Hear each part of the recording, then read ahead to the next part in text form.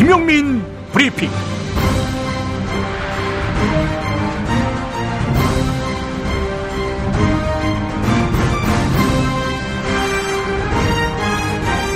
(2017년 1월 19일) 목요일입니다.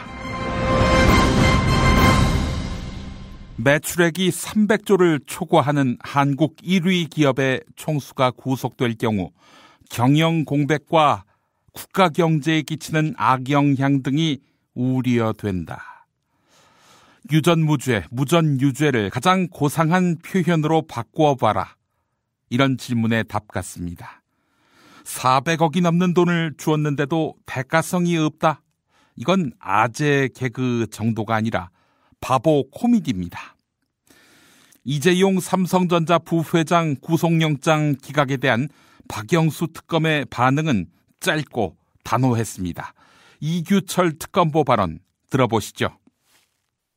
법원의 이재용 삼성전자 부회장에 대한 구속영장 기각 결정은 특검과 피의사실에 대한 법적 평가에 있어서 견해 차이가 있다고 판단됩니다. 법원의 구속영장 기각 결정은 매우 유감이나 필요한 조치를 강구하여 흔들림 없이 수사를 진행할 예정입니다. 광고 듣고 김용민 브리핑 1부 이어갑니다. 야, 너 뽕어 판다 그랬지? 팔지. 근데 홍어가 진짜 그렇게 몸에 좋아? 아니 끝내준다니까. 우리 엄마 관절염인데? 홍어. 나 숙취는? 홍어. 마누라 다이어트는? 홍어. 큰 이모 변비? 홍어. 작은 형 소화불량은? 홍어. 여동생 피부? 홍어. 큰 누나 주름?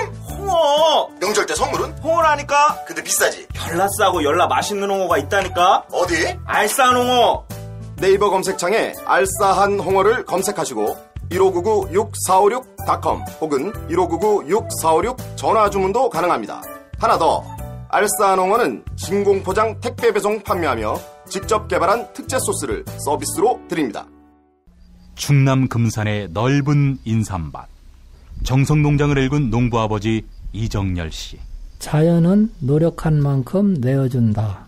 그 자연의 마음을 알기에 정성농장을 더불어 일구는 아들 이성규 씨도 아버지에게 배운 것처럼 정직하고 또 성실하게.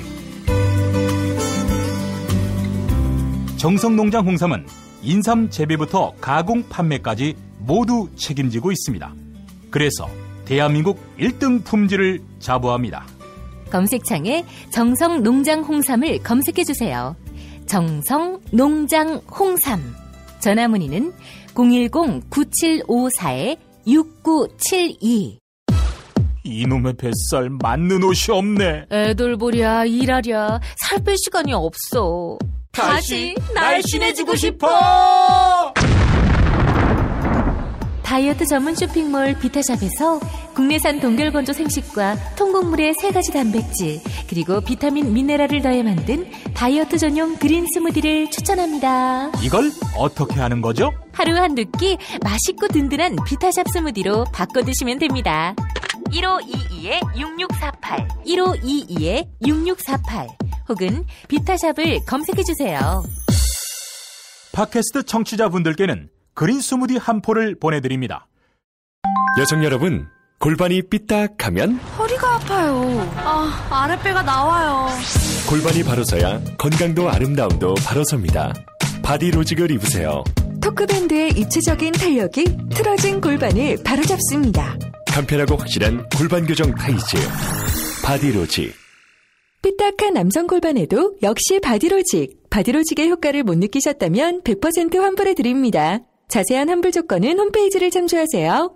모두가 건강하고 행복한 세상을 위한 나눔의 가치. 의료비 걱정 없는 건강하고 아름다운 사회를 위해 바디로직은 아름다운 재단과 함께합니다.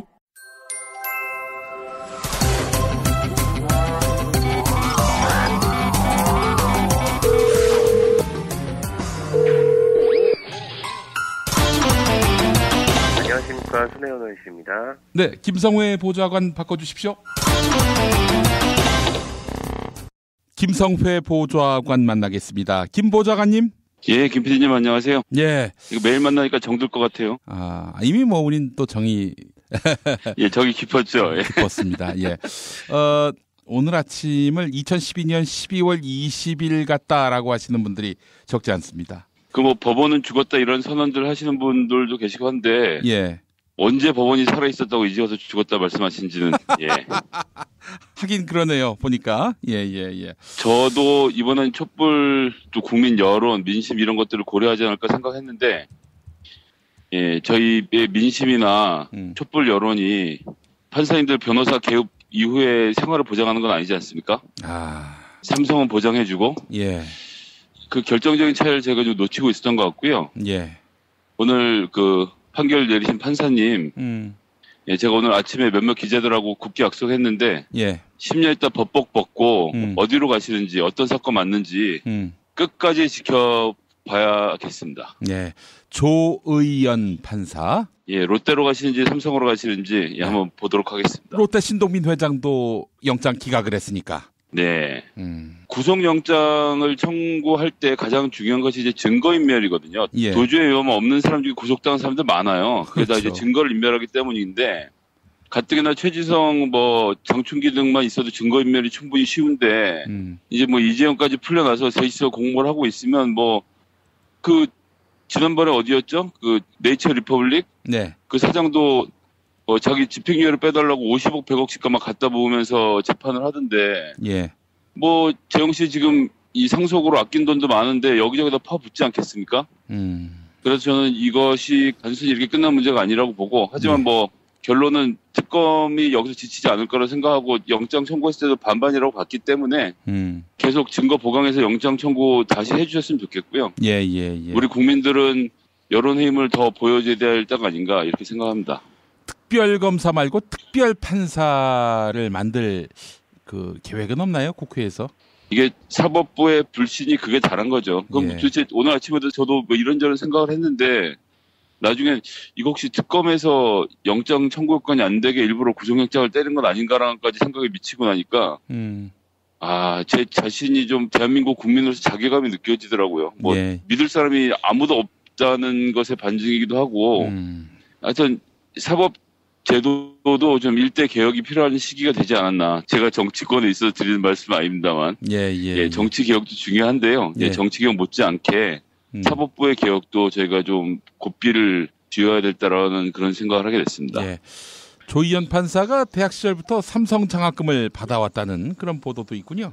그때 안 받았어도 지금 주기로 하고 10년 있다 주기로 약속해도 넘어갈 사람들 많겠죠. 이게 다 생활인 아닙니까? 생활인. 그래서 판사들 이 변호사를 이렇게 쉽게 개업해서 전관 예우하고 이러는 것들 제가 좀 전반적으로 손봐야 될 필요를 좀 느끼게 됩니다. 특히 대법관들 이런 분들 나와서 변호사 하는 건 참 본인의 명예에 누가되는 일이고요. 그건 마치 유엔 사무총장을 한 다음에 대통령 이력서를 한 줄 더 넣으려는 분하고 좀 비슷한 후원무치함 아닌가 이런 생각을 해보게 됩니다. 예, 조의연 판사 앞으로 삼성으로 갈지 한번 좀 우리가 눈을 부릅뜨고 지켜봐야 할 것 같습니다.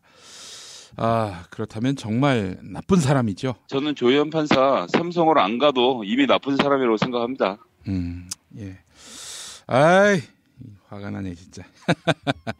자, 보좌관님, 반기문 전 유엔 사무총장 설 이후에는 불출마를 결심할 것이다. 안철수 국민의당 전 대표도 얘기했고요. 이보다 앞서서 유인태 전 더불어민주당 의원도 그런 예견을 하셨어요. 어떻게 보십니까? 예, 저도 그보다도 앞서서도 그렇게 생각하고 있었는데요. 그래요? 예, 다시 한번 말씀드리지만 이 외교관으로 평생을 호의호식까지는 아니지만 굉장히 우아하고 격조 있는 삶을 살아오셨단 말이에요. 예. 그런데 이제 선관위하고 국회가 법을 잘 만든 게 5년 내 국내 거주한 자로 한정했던 게 지금 이런 문제인 겁니다. 예, 저도 이제 미국에서 좀 오래 살다 들어왔는데요. 예. 사실 저도 처음에 들어와서 체크카드 하나도 없고 교통카드도 써본 적이 없어서 처음에 참 실수도 많이 하고 당황 많이 했었거든요. 예. 근데 이게 모든 게 적응의 시간이 필요하고 저도 한 6개월, 1년쯤 지나니까 이제 한국 생활 적응이 돼서 이제 잘 살고 있는데 이런 분이 4개월 있다가 행정부의 수반이 돼서 대통령으로 된다. 그러면 그때부터 한국에 대한 걸 다시 배워야 돼요. 게다가 대통령으로 가면 일반인들의 생활을 경험할 기회도 없고 그러면 완전히 국민들과 유리된 상태에서 생각을 할 수밖에 없거든요. 예. 그런데 하여튼 이 반기문 사무총장은 말씀드렸듯이 이제 외교관 출신으로 쭉 이렇게 살아오시고 사무총장으로서도 뭐 각국에서 국가 정상에 상응하는 예우를 받으면서 지내오시지 않았겠습니까? 예. 지금 이분이 어디 나가서 경선한다고 드자비를 할 이유도 없고 지지율 안 나오는데 자기 당을 만들려니 당도 잘 안 만들어지고 예. 그러면 이제 그 민심은 잘 살폈고 이제 저는 세계를 위해 뛰겠습니다 그러고 전 재단 만들어서 원래 하시던 일 해외로 나가서 자원봉사도 좀 하시고 발런티어를 발런티어를 좀 해주시면 정말 이분의 직분에 잘 어울리는 일이 되지 않을까 그런 생각을 해봤습니다. 예, 그렇군요. 거듭되는 실언을 넘어서 망언인 것도 있는데요. 이런 것들도 국내에 5년간 거주하지 못해서 발생한 문제로 볼 수도 있겠지만은 그보다는 철학과 어떤 성찰이 상당히 부족하기 때문 아닌가 하는 생각도 듭니다. 예, 그냥 제가 몇 번 말씀드렸습니다. 국가 경영의 철학, 비전 이런 건 안 보이고 난 이력이 이런 사람이에요. 이 얘기를 지금 계속 하고 있는 거 아닙니까? 예. 그렇기 때문에 안 된다는 거죠. 내가 이 나라를 어떻게 이끌고 가고 싶다는 열망은 없고 내가 이력서에 대통령 한 줄 넣고 싶다는 열망만 있는 거예요. 잘 될 리가 없죠. 예. 그러니까 거꾸로 얘기하면 이명박은 대통령이 돼서 나라를 들어먹어야 되겠다는 강한 열망으로 대통령이 돼서 실제로 나라를 들어먹었지 않습니까? 예. 박근혜와 최순실도 같은 케이스였고 예. 근데 반기문 씨는 대통령이 되고 싶다는 열망은 있는데 돼서 무엇을 구체적으로 하겠다는 본인의 열망이 없기 때문에 접는 것도 쉽게 할 거라고 생각하고요. 예. 전 설 지나고 나서 여론조사들 본 다음엔 말씀드렸던 대로 해외에 나가서 발런티어하는 수순을 밟게 되시지 않을까 그렇게 좀 조심스럽게 예측해 보겠습니다. 본인도 많이 놀랐을 거예요. 들어왔는데 자기에 대한 비방, 비판 쫓아다니면서 막 이렇게 기름장어 꺼져라 이런 얘기나 듣고 자기는 들어왔을 때 영웅의 귀환으로 사람들이 인식하고 환영해 줄 알았던 것 같아요. 그 당황한 낯빛을 보면 말입니다. 제가 아시겠지만 예전에 이제 기독교 신문사에서 일을 했던 적이 있는데요. 예. 그때 좋은 목사님과 나쁜 목사님이 상관없이 전부 다 굉장히 신경을 쓰셨던 게 댓글이에요. 그게 뭐냐면 교회에서 목사로 있으면서는 신도들한테 욕이나 나쁜 소리를 한 번도 들어본 적이 없이 전도사 시절부터 쭉 지내시다가 이 댓글에서 막 자기를 인신공격하고 무시한 얘기가 등장을 하면 100개의 좋은 선풀이 있어도 한두 개의 악플 때문에 막 전전긍긍하시는 많은 목사님들 봤거든요. 예, 전 반기문 씨도 같은 경우라고 봅니다. 지금 막 유엔 사무총장까지 하고 전 세계를 돌자 들어와서 구국의 영웅으로 지켜줄 줄 알았는데 사람들이 막 너무 심하게 욕을 해대니까 상당히 심한 정신적 데미지를 입으셨을 거라고 생각하고 내가 무슨 꼴을 보려고 이걸 하겠나 싶어서 여러 가지로 좀 갈등하고 계시지 않을까. 만약에 반기문 씨가 낙마하면은 다음은 어떻게 되는 겁니까? 보수 진영에서 나올 만한 후보가 황교안밖에 없는 건가요?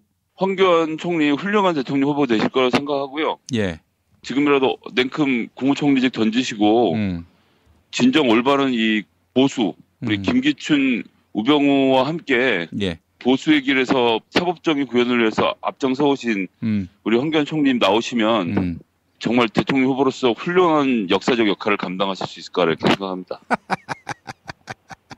정치권 들어가더니 우리 성회영님이 선수가 됐어요. 예, 아주 듣기에 따라서는 가증스럽습니다.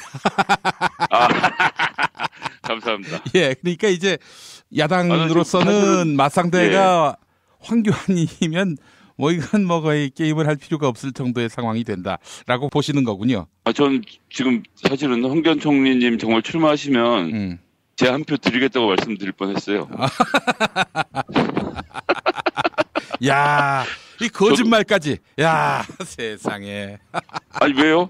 제가 찍어도 아무 상관 없을 것 같은데. 찍어도 상관이 없을 것 같은데. 네.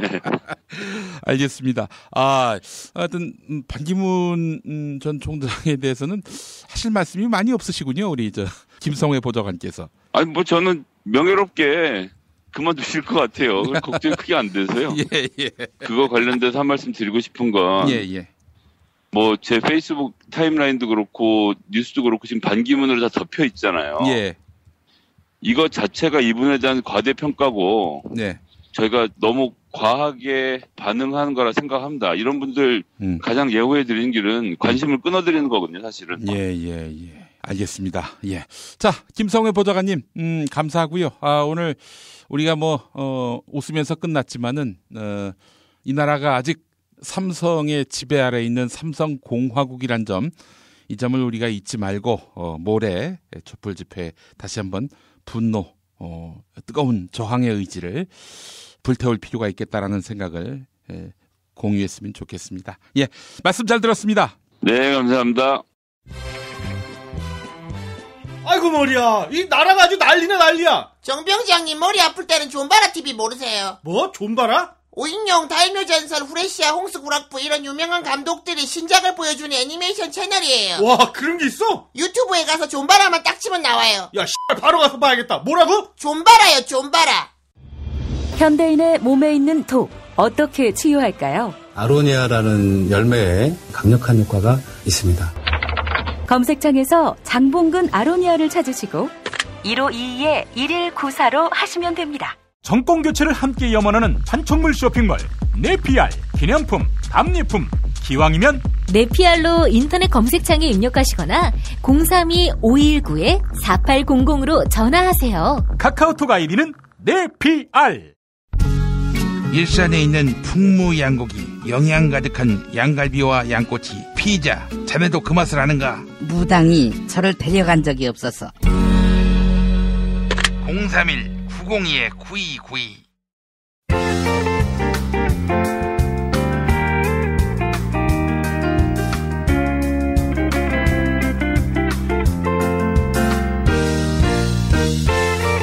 여러분 안녕하십니까? 지금부터 전국 16개 시도교육청과 무관한 2017학년도 뉴스 듣기 능력평가를 시작하겠습니다. 수험생 여러분께서는 팟캐스트의 음량을 알맞게 조절하여 주시기 바랍니다. 모든 문제는 한 번씩만 들려드리니 잘 듣고 지시에 따라 물음에 답하시기 바랍니다. 이제 시작하겠습니다. 카카, 큰일 났다! 카카, 왜 때리십니까? 카카, 큰 경사 났습니다. 이렇게 해야지. 다시 해봐. 이재용이 영장 기각됐다고 카카가 무혐의 되는 줄 아십니까? 어쨌든 특검 그 개새끼들 콧대가 확 꺾였을 거 아니야.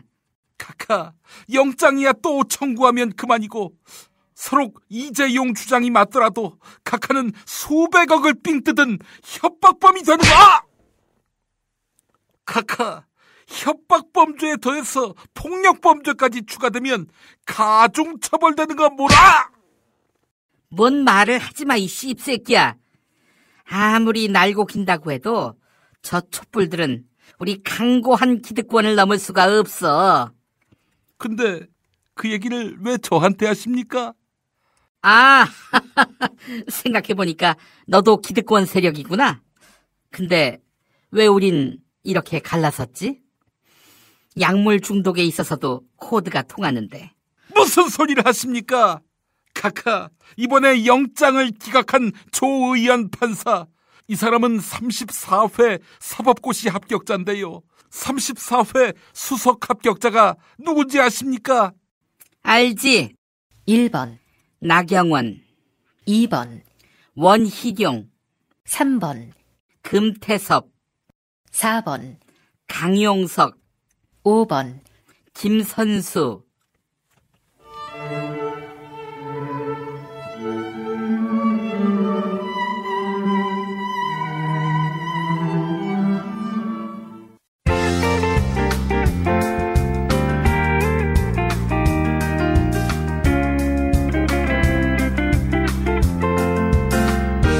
수고하셨습니다. 이상으로 전국 16개 시도교육청과 무관한 2017학년도 뉴스 듣기 능력평가를 모두 마치겠습니다. 수험생 여러분은 이메일 주소와 정답, 사연을 적어 팟빵 게시판에 올려주시기 바랍니다. 당첨자는 2부 마지막 순서에서 발표하겠습니다. 뉴스 듣기 능력평가를 마칩니다.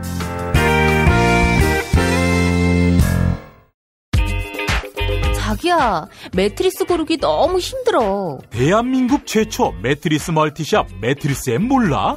전 세계 최고 브랜드 정품만 취급해. 매트리스 살 때는 꼭 매트리스엠으로 오세요. 살이 꽉 찬 데다가 맛까지 끝내줘. 일본 바이어들이 환장하며 찾는다는 최고급 러시아 냉동 대게. 네이버 카페 대게 직거래 장터에 들어오셔서 선택하세요. 1644-9047. She never ever quits. 中国不能缺席。 Der Holocaust für Deutschland. 歴史家に任せるべきだろうというのが私の考え方。 Ma senti, col dolore umano non si può essere neutrali. 국제뉴스의 맥. 한국외국어대학교 민경중 초빙 교수 만나겠습니다. 민 교수님. 네, 안녕하십니까? 네, 안녕치 못합니다, 교수님. 저도 오늘 거의 뜬 눈으로 밤을 새웠습니다. 예. 아니, 어떻게 이런 결과가 나올 수 있을까요? 결국은 이제 법원의 판단이 순간은 잠깐 쪽팔려도 영원한 것이 있지 않겠습니까? 예. 정권은 유한해도 재벌은 영원하다라는 그 말이 아닐까. 그 의미에 다 포함되는 것 같습니다. 오늘 아마 그런 심정들을 많이 가지실 것 같습니다. 예, 우리 조의연 판사의 앞날을 한번 시뮬레이션 해주시겠습니까? 제가 거기까지는 할 수 없지만 예. 어쨌든 이 법조계에서 가장 부러워하는 사람들이 현직을 떠난 뒤에 삼성의 법률팀으로 가는 거거든요. 예. 실제로 뭐 거의 서초동 법조타운을 그쪽에다 옮겨놨다 할 정도로 각계각층의 고위직 판검사들이 사실 그 변호사로 포진하고 있기 때문에 전관 예우의 풍토를 벗어나기 힘든 우리나라 상황에서 앞으로 어쨌든 이번에 이 영장 기각이 국민들에게 많은 실망을 줬지만 정치 교체, 정권 교체보다도 사실 재벌 교체, 사법부에 대한 교체 이런 열망이 좀 더 올라갈 것 같습니다. 예. 외신 반응은 어떤지요? AFP, 워싱턴 포스트, AP 그리고 일본의 신문들 모두 주요 외신들이 이 구속영장 기각 소식을 전하고 있습니다. 예. 주요 기사들을 보면요. 예. 한국 법원이 삼성그룹 후계자를 구속할 만한 충분한 이유가 없다는 판결을 내렸다. 이렇게 전하고 있습니다. 예. NHK와 니혼게이자이 신문을 비롯한 일본의 언론들도요. 오늘 인터넷판과 방송을 통해서 일면이나 또는 첫 뉴스로 이 기각 소식을 긴급 속보로 전하고 있습니다. 예. 일단 그 반응들은요. 특검이 이 부회장 구속에 대한 확신을 갖고 영장을 청구했지만은 법원이 이를 거부했고 이로 인해서 특검 수사나 박 대통령 탄핵 심판에 적지 않은 영향이 있을 것 같다. 이런 시각들을 보이고 있습니다. 예. 미국의 언론 그러니까 AP통신도 향후 특검팀이 대통령의 뇌물죄 의혹을 수사하는데 차질이 생길 것이다. 이렇게 역시 전망을 하고 있습니다. 예. 현재 그 미국은 해외 부패 방지법이라는 게 있습니다. 외국 기업이 미국 이외의 국가 공무원에게 건넨 뇌물이나 회계 부정 이것을 그 처벌할 뿐만 아니라 수출 면허 박탈 조치 같은 것을 취할 수 있거든요. 그래서 삼성은 만약 이재용 부회장이 뇌물죄를 받을 경우에 미국에서의 사업도 아주 막대한 타격을 받을 수 있다는 전제하에 이 뇌물죄 혐의를 벗는데 지금 총력을 기울이고 있는데 어쨌든 뭐 구속영장 기각이 곧 무죄는 아니지 않습니까? 그래서 앞으로 재판 과정에서 사법부의 판단을 다시 한번 믿어볼 것인지 이건 좀 지켜봐야 할 대목이고요. 외신들도 이런 부분들을 그 관심 있게 지금 다루고 있는 것 같습니다. 예. 알겠습니다.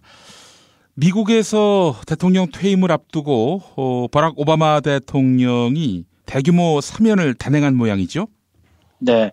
이 오바마 대통령이 바로 그저께죠. 64명에 대한 사면을 단행하고 209명의 형을 줄여주는 행정명령을 내렸습니다. 닉 에글스턴 백악관 법률고문은 이들 273명은 미국이 용서의 나라이며 열심히 일하고 사회에 복귀할 의지를 보이면 제2의 기회를 준다는 것. 그리고 과거의 잘못 때문에 개인이 앞으로 나아갈 기회를 빼앗지는 않는다는 것을 배웠을 것이다. 이렇게 말했습니다. 오바마 대통령의 이번 감형과 사면 조치는 갈수록 비대해지고 있는 사법당국의 권한을 제한하려는 행보로도 이렇게 해석이 되고 있습니다. 이 오바마 대통령은 지난 2014년 이후에 재소자 1385명에게 감형 혜택을 부여하고 있습니다. 예. 이는 그 전임 대통령 12명이 집권 기간에 단행한 조치를 합한 것보다도 많은 수치다. 이렇게 워싱턴 포스트는 전하고 있는데요. 예. 역대 대통령들에 비해서 인권에 관심이 많았던 오바마 대통령의 의지가 이런 수치로도 입증이 되고 있는 것입니다. 아이고 참 특별 감형 대상에 주목되는 인물이 포함되어 있다고 하는데 누굽니까? 첼시 매닝 전 육군 일병입니다. 이 첼시 매닝 전 육군 일병은 미국 육군 정보 분석관으로 일했었는데요.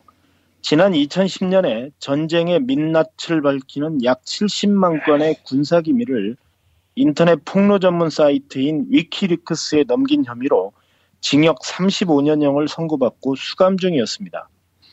이번 조처로 2045년에 출소 예정이던 매닝 전 일병은 7년 만인 오는 5월 17일에 풀려나게 됩니다. 매닝은 미국 역사상 최대 규모의 기밀자료 유출자로 특히 이라크와 아프가니스탄 전쟁에서 미국이 저지른 어두운 이면을 폭로한 내부 고발자입니다. 그 2009년부터 2년간 이라크 바그다드에서 정보 분석병으로 근무했거든요. 예. 이때 수집한 전쟁 관련 비디오와 기밀 문서, 국무부 외교 전문 등 70만 건을 위키리크스에 넘겼습니다. 특히 당시에 그 2007년 7월 바그다드 상공의 아파치 헬기에서 미군들이 마치 비디오 게임 하듯이 민간인을 향해 기총 쏘사해서 10여 명이 숨긴 과정을 담은 동영상이 이 미국은 물론 전 세계인들에게 공개가 돼서 전쟁의 참혹상을 가감없이 드러낸 바 있습니다. 예. 한 가지 그 재미있는 사실은요. 처음 폭로 사실이 알려졌을 때 이름이 브래들리 매닝이었거든요. 예예. 원래 남자였습니다. 예. 하지만 징역형을 선고받은 뒤에 이름을 첼시 매닝으로 바꾸고 자신이 여자라고 선언했고요.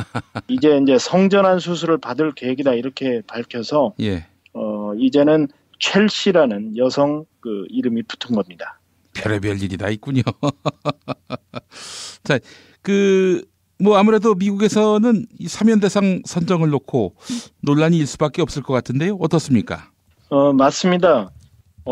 아프가니스탄과 이라크 전 관련 보고서 그리고 국무부 관리들의 전문 등이 당시에 공개됐을 때 검사 측은 매닝 전 일병의 행동이 미군 병사들, 동료들을 위험에 놓이게 했다. 이렇게 예. 유죄를 구형했었는데요. 예. 반면에 당시에 그 매닝의 변호인단은 공익을 위한 내부 고발자다. 이런 점을 부각시켰습니다. 예. 어쨌든 미국 내에서도 지금 매닝 전 일병의 감형에 대해서 찬반 논란이 가열되고 있습니다. 이 매닝의 자료를 폭로했던 위키리크스는 이날 트위터 공식 계정에서 매닝의 감형을 승리다 이렇게 환영했습니다. 위키리크스 창립자인 줄리안 어산지도 트위터를 통해서 매닝의 사면을 위해 힘쓴 모두에게 고맙다고 밝혔습니다. 예. 과거 국가정보국 NSA의 이 무차별 도감청 사실을 폭로하고 현재 러시아에 망명 중인 전 CIA 정보관 스노든도 트위터를 통해서 이 매닝 전 일병의 감형을 축하하고 오바마 대통령에게 고맙다 이런 예. 메시지를 남겼습니다. 예. 이 반면에 공화당 소속의 존 맥케인 상원 군사위원장은 스파이 행위를 부추기는 심각한 실수다 이렇게 얘기했고 폴 라이언 하원 의장도 너무나 충격적이다 이렇게 우려를 표명하면서 오바마의 감형 조치에 대해서 상당히 불쾌한 감정을 드러내고 있습니다. 예. 스노든 얘기하셨는데 그 줄리안 어산지 이 사람도 생각이 납니다. 그 두 사람은 어떻게 지냅니까? 지금 말씀드린 것처럼 이 에드워드 스노든은 2013년 6월부터 임시 망명 조건으로 현재 러시아에서 애인과 함께 이 소재가 밝혀지지 않은 곳에서 살고 있습니다. 예. 위키리크스 설립자인 줄리안 어산지도 영국의 에콰도르 대사관에서 지난 2012년부터 정치적 망명 상태로 머물고 있습니다. 어산지나 에드워드 스노든, 매닝, 전 일병 이 세 사람에게는 공통점이 세 가지가 있는데요. 첫 번째는 정부나 정보기관, 군 조직의 추악한 이면을 폭로한 내부 고발자들이라는 점이고요. 두 번째로는 국익이 우선이냐, 인권이 우선이냐 이 논란을 불러일으킨 인물들이라는 점입니다. 마지막 세 번째는 수감된 매닝을 포함해서 3명 모두 사실상 지금 운신이 자유롭지 못한 채 사실상 자신들이 원하는 곳이 아닌 곳에 묶여 있다는 사실입니다. 아이고 참. 자, 스노든과 관련한 영화가 곧 개봉된다는 보도도 제가 봤는데 이 스노든 사건에 반기문 총장도 연관돼 있다. 이런 이야기가 있더라고요. 예. 이 반기문 전 총장이 당시에 에드워드 스노든을 정면 비판했던 사실이 있거든요.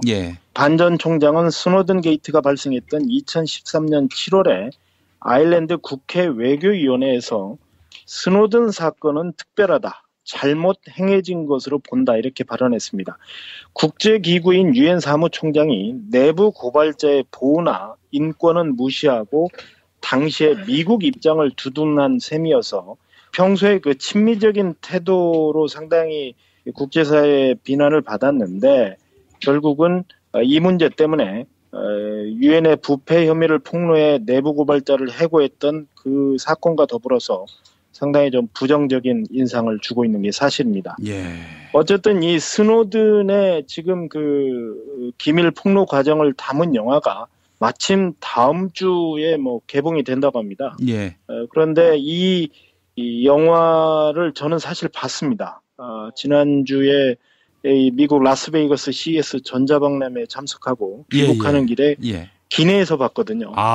그런데 이 스노든 영화를 제작한 감독이 바로 유명한 올리버 스톤 감독입니다. 올리버 스톤 감독은 베트남전을 다룬 플래툰, 워터게이트 사건을 다룬 닉슨, JFK, 7월 4일생, 월스트리트 같은 여러 그 시대적인 사건에 대해서 기름기를 쫙 빼고 마치 그 다큐멘터리처럼 제작하는 감독이거든요. 아카데미상도 여러 차례 받았고요. 그런데 이 스노든 사건도 아주 담담하게 그리고 사실적으로 다뤄서 영화라기보다는 거의 이 스노든 사건의 그 A부터 Z까지 알파에서 오메가까지 그 전 과정을 적나라하게 볼 수 있는 그런 영화라고 볼 수 있습니다. 알겠습니다. 민경준 교수님 오늘도 말씀 잘 들었습니다. 네, 감사합니다. 야, 딴지마켓 좀 봐봐. 이담채 김치 게시판 지금 보고 있어? 왜요? 뭐가 문제 있나요? 야, 어떻게 하나같이 맛있다, 예술이다, 감탄했다, 물건이다, 또 재주문했다 이런 글만 올라올 수 있지? 이거 공작의 냄새가 나지 않아? 아무래도 그런 것 같아. 이담채 김치 게시판에 작전 세력이 개입한 거 아닐까요? 그럴 리가요. 이담채 김치는 맛있는 김치 말고는 따로 자랑할 게 없습니다. 드셔보시고 판단하세요. 포털 사이트에서 이담채 김치 주문 전화는 1544-4586 1544-4586. 술자리 많은 연말연시 가뜩이나 속상한 세상. 새싹당 콩차를 선물하세요. 가격이 착해서 김영란법에 저촉되지 않습니다. 새싹당 콩차는 남자를 위한 차. 서면보고용으로 아주 좋습니다. 서면보고용. 서면보고. 전창걸닷컴에서 구매하세요. 전화문의 070-8635-1288 070-8635-1288. 공화국 참치논평. 구이동 대양 참치를 맛보지 못한 국민 여러분은 진정한 참치 맛을 보기 위한 강도 높은 중대 조치를 취하실 계획을 표명하시고 곧장 구이동으로 달려오시기 바란다. 참치에 대한 체질적인 거부감과 적개심을 노골적으로 드러내는 분도 구이동 대양 참치에 오시면 추호도 용납할 수 없는 포악무도한 폭식 행위를 자행할 것이다. 구이동 대양참치. 월요일 참치데이 이벤트, 화요일 참치머리 서비스로 함께합니다. 주차장 걱정 마시고요. 대중교통은 서울 지하철 2호선 구의역 2번 출구에서 5분 거리입니다. 대양참치 구의점 02-455-8087. 카카 큰일 났습니다. 뭐가 또 큰일 났어요? 지금 모든 국민들이 여기저기서 닭을 씹어대고 있어. 야, 너까지 나를 닭이라고 하는 거야? 그게 아닙니다. 킹 닭갈비를 씹고 있다고 합니다. 닭갈비, 이젠 전혀 새로운 맛을 경험하세요. 킹 닭갈비. 일반 맛, 짜장 맛, 파스타 맛까지 최고의 재료에 가장 건강한 국내산 닭고기는 기본이죠. 밥 반찬으로, 다이어트 요리로, 그리고 술안주로 11번가 옥션, 지마켓, 스토어팜에서 킹 닭갈비를 검색하세요. 건강한 몸, 건강한 피부, 건강한 화장품을 물려주고 싶습니다. 수아비스 화장품은 눈에 들어가도, 상처 위에 발라도, 혹은 아이들이 실수로 먹더라도 괜찮아야 한다는 목표로 95% 천연 원료 함유에 도달하기까지 달려왔습니다. 수아비스 화장품에서 2017년 신년맞이 감사 선물을 준비했습니다. 1월 한 달간 화장품을 구입하시는 모든 분들께 상품권을 드립니다. 소중한 지인들에게 마음을 전할 수 있는 기회를 놓치지 마세요. 지금 바로 수아비스 화장품을 검색하셔서 상품권을 받아가시고 소중한 사람들과 건강한 화장품을 나누세요. 아이부터 어른까지 수아비스 화장품. 19대 대통령 선거 뉴스K 라이브가 책임집니다. 국민TV 국민라디오는 1월 31일부터 대통령 선거일까지 통합 미디어 브랜드 뉴스K 라이브를 실시간 서비스합니다. 뉴스K 라이브는 심층 보도 시사 프로그램에 더해 이슈 현장에 카메라와 마이크를 보내 생중계해드립니다. 이젠 뉴스K 라이브입니다. 동영상은 온에어.국민.tv에서, 오디오는 팟캐스트 포털 팟빵, 라디오에서 만나세요.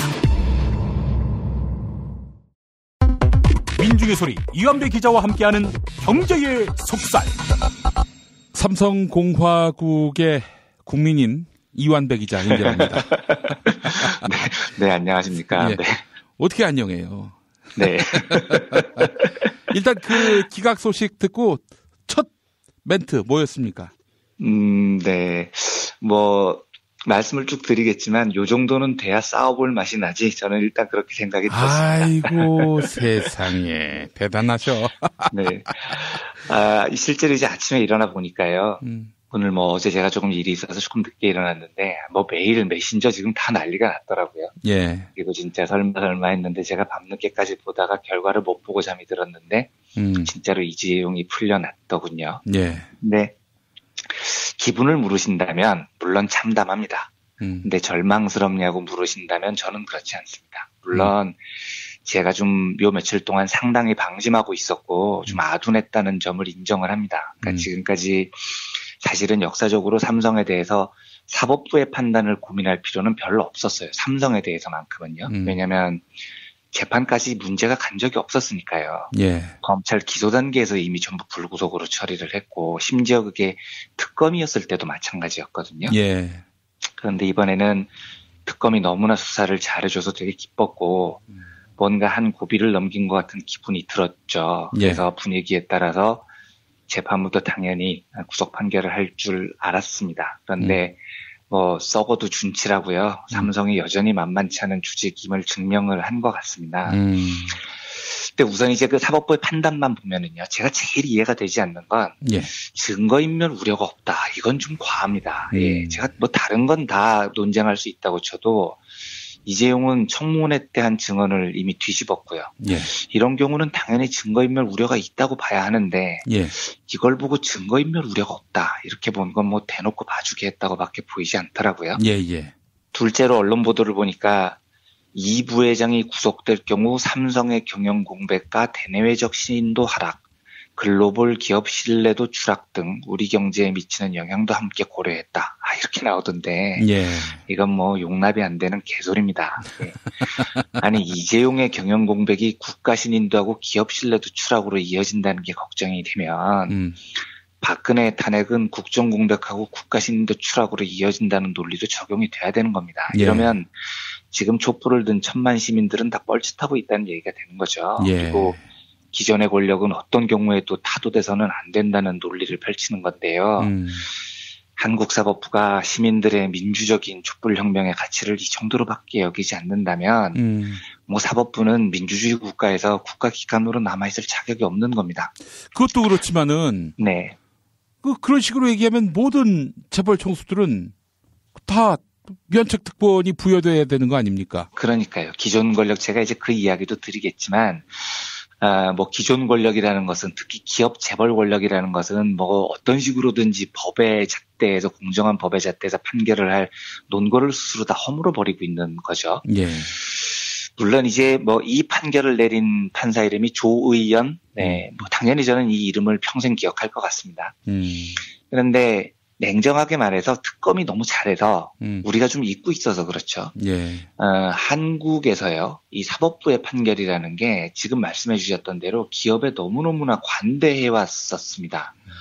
제가 그 언론계에 있어서 그런데 언론계와 사법부에서 금기시되는 행동이 하나 있습니다. 절대로 해서는 안 되는 일이요. 예. 이게 뭐냐면 반기업적인 언론인, 반기업적인 법조인으로 찍히면 안 된다. 이런 금기가 있었어요. 이게 왜냐하면 반기업적이라고 찍히면 퇴직 후 일자리가 없어지는 대표적인 부직종이기 때문입니다. 예. 그러니까 언론인들은 퇴직해서 전문성이 뭐 딱히 있는 게 아니니까요. 그 스페셜리스트가 아니고 제너럴리스트라고 불리는 사람들이니까 예, 예. 퇴직을 해서 갈 곳이 기업 홍보실밖에 없다는 게 일반적인 그 평가예요. 그런데 반기업적이라고 지키면 홍보실에서 자리를 마련해 주지 않잖아요. 예. 법조인들 중에서도요, 반기업적이라고 지키면 퇴직 후에 대형 로펌에 취직이 안 된다는 거예요. 대형 로펌이 대기업으로부터 제일 큰 돈을 땡기기 때문이죠. 그러니까 언론인이나 그 법조인들이나 이런 공통적인 연대의식이라는 게 있는 겁니다. 그래서 이번에 판결을 내린 조의연 부장판사는 이미 그 1,750억 원대 횡령 배임 혐의로 구속영장이 청구됐었던 롯데 신동빈 회장을 영장실질심사에서 기각한 바가 있고요. 예. 또 최근에는 서울중앙지법 형사합의 28부 부장판사 최창영이라고 돼 있던데요. 가습기 살균제 사건, 이 엄청난 사건에 대해서 신현우 옥시레킷 앵키저 대표에게는 징역 고작 7년, 그리고 신 대표에 이어서 옥시 대표를 지낸 존 리 전 대표에게는 무죄를 선고한 바가 있죠. 그 엄청난 사건에 대해서요. 하이마트 손정구 회장 배임 탈세로 기소가 됐는데요. 2심에서 일부 유죄 판결을 받았는데 집행유예로 풀려났어요. 근데 그 풀려난 이유를 보면 탈세액을 모두 납부했고 횡령액 전액을 공탁했다. 이런 거였습니다. 이 논리대로라면 뭐 범죄를 저질러도 탈세를 해도 탈세액 납부하면 집행유예라는 거 아닙니까? 예. 그러니까 이런 식으로 사법부는 역사적으로 보면 기업인들에 대해서 형량이 매우 관대했어요. 네. 그리고 저희 김프로께서 한번 소개해 주셨지만 3호 법칙이라는 게 있다는 거 아닙니까? 예. 징역 3년, 집행유예 5년. 뭐 이게 공식이라는 거죠. 뭐 참 참담한 겁니다. 그런데 제가 처음에도 말씀드렸듯이 참담하죠. 참담한데 절망스럽냐고 묻는다면 제가 좀 낙관주의자여서 그런지는 몰라도요. 그렇진 않습니다. 네. 그러니까 조의연 판사는 그리고 역사적으로 사법부는 지금까지 그런 관행을 의식했겠죠. 반기업적 법조인으로 찍혀서는 안 된다. 그러면 나한테 너무 큰 불이익이 돌아온다. 이런 생각도 했을 겁니다. 근데 저는 어떤 확신이 있냐면요. 이번에는 당신들이 잘못 짚었다. 그걸 아마 시민들이 보여줄 거다. 반기업인이라고 찍히는 것보다 더 무서운 게 있다는 걸 아마 알게 될 거다. 예, 저는 이런 생각이 들었습니다. 반기업적으로 찍히는 것보다 더 무서운 게 반시민적이고 친기업적이라고 시민들에게 찍히는 거라는 걸 아마 곧 입증할 거라고 저는 믿습니다.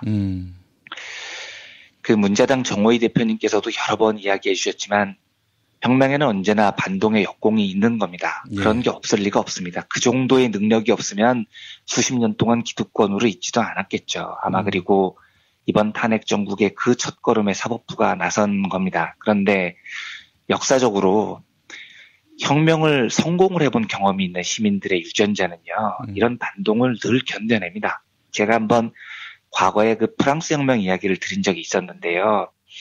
그 프랑스 혁명하고 네이버에 검색을 해보면 주르르 나옵니다. 한두 개가 나오는 게 아닙니다. 2월 혁명, 7월 혁명, 68 혁명, 뭐 프랑스 대혁명 쫙 나오거든요. 왜 이 사람들이 이렇게 혁명을 많이 하냐면 한 번 승리를 해본 유전자들이 박혀 있기 때문입니다. 그리고 이 시민들은 한 번 승리한 그 유전자들을 쉽게 잊지를 않아요. 그러니까 우리는 이미 국회 탄핵 가결로 이 승리의 유전자를 한번 경험을 해봤죠. 그러니까 정치자분들께서도 한번 생각을 해보십시오. 이번 판결을 보고 야 진짜 열망스럽다. 헬조선은 진짜 안 돼. 이렇게 절망을 하시겠습니까? 예. 저는 아닐 거라고 봅니다. 네. 아마 국민들이 절망하는 건 수십 년 동안 한국을 지배했던 기득권 세력들이 노리는 바겠지만 모르겠습니다. 제가 또 틀릴지 모르겠는데 저는 안 될 거라고 봅니다.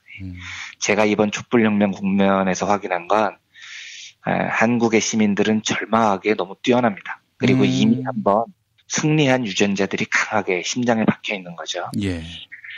왜 안 그렇겠습니까? 그쵸? 70년 넘게, 어쩌면 100년 넘게, 어쩌면 뭐 수백 년, 수천 년 동안 붙어 먹었던 게 기득권 세력들인데요. 이 정도는 할 수 있겠죠? 뭐 아마 저는 뭐 지금 다시 생각을 해보면 이 정도 능력이 되니까 기득권이었겠습니다. 그런데 저는 더 강하게 싸울 수 있는 계기가 됐다고 생각합니다. 시민들이 지금 대통령도 그러기 직전까지 물어붙인 경험이 있는 시민들입니다. 저는 이 정도 반동에 절대로 포기하지 않을 거라고 믿습니다. 제가 매우 좋아하는 그 철학자 니체의 말이 있습니다. 예. 이런 건데요. 인생의 목적은 끊임없는 전진이다. 밑에는 언덕이 있고 냇물도 있고 진흙도 있다. 걷기 좋은 평탄한 길만 있는 게 아니다. 먼 곳을 향해 가는 배가 풍파를 만나지 않고 조용히만 갈 수는 없다. 풍파는 언제나 전진하는 자의 벗이다. 차라리 고난 속의 인생에 기쁨이 있다. 풍파 없는 항해 얼마나 단조로운가. 고난이 심할수록 내 가슴은 뛴다. 제가 이 이야기를 참 좋아합니다. 예, 고난이 심할수록 가슴이 뛰는 겁니다. 풍파 없는 항해는 재미가 없죠. 네. 절망하지 마시고요. 토요일에 또 다시 많이 모였으면 좋겠습니다. 이번에 제대로 한국의 사법부에 기득권 세력에 시민들이 본때를 보여주는 그런 계기가 됐으면 좋겠습니다. 예. 최순실 구속부터 박근혜 탄핵까지, 그리고 줄줄이 이어진 특검에 가공할 만한 그런 수사. 이 모든 것의 동력은 촛불이었습니다. 그렇습니다. 네. 네. 그렇다면 사법부를 바꿀 가장 강력한 힘도 촛불이란 얘기 아니겠어요? 당연합니다. 네. 예, 예. 네. 모레 광장에서 뵙도록 하겠습니다. 자, 다음 이야기 또 해보겠습니다.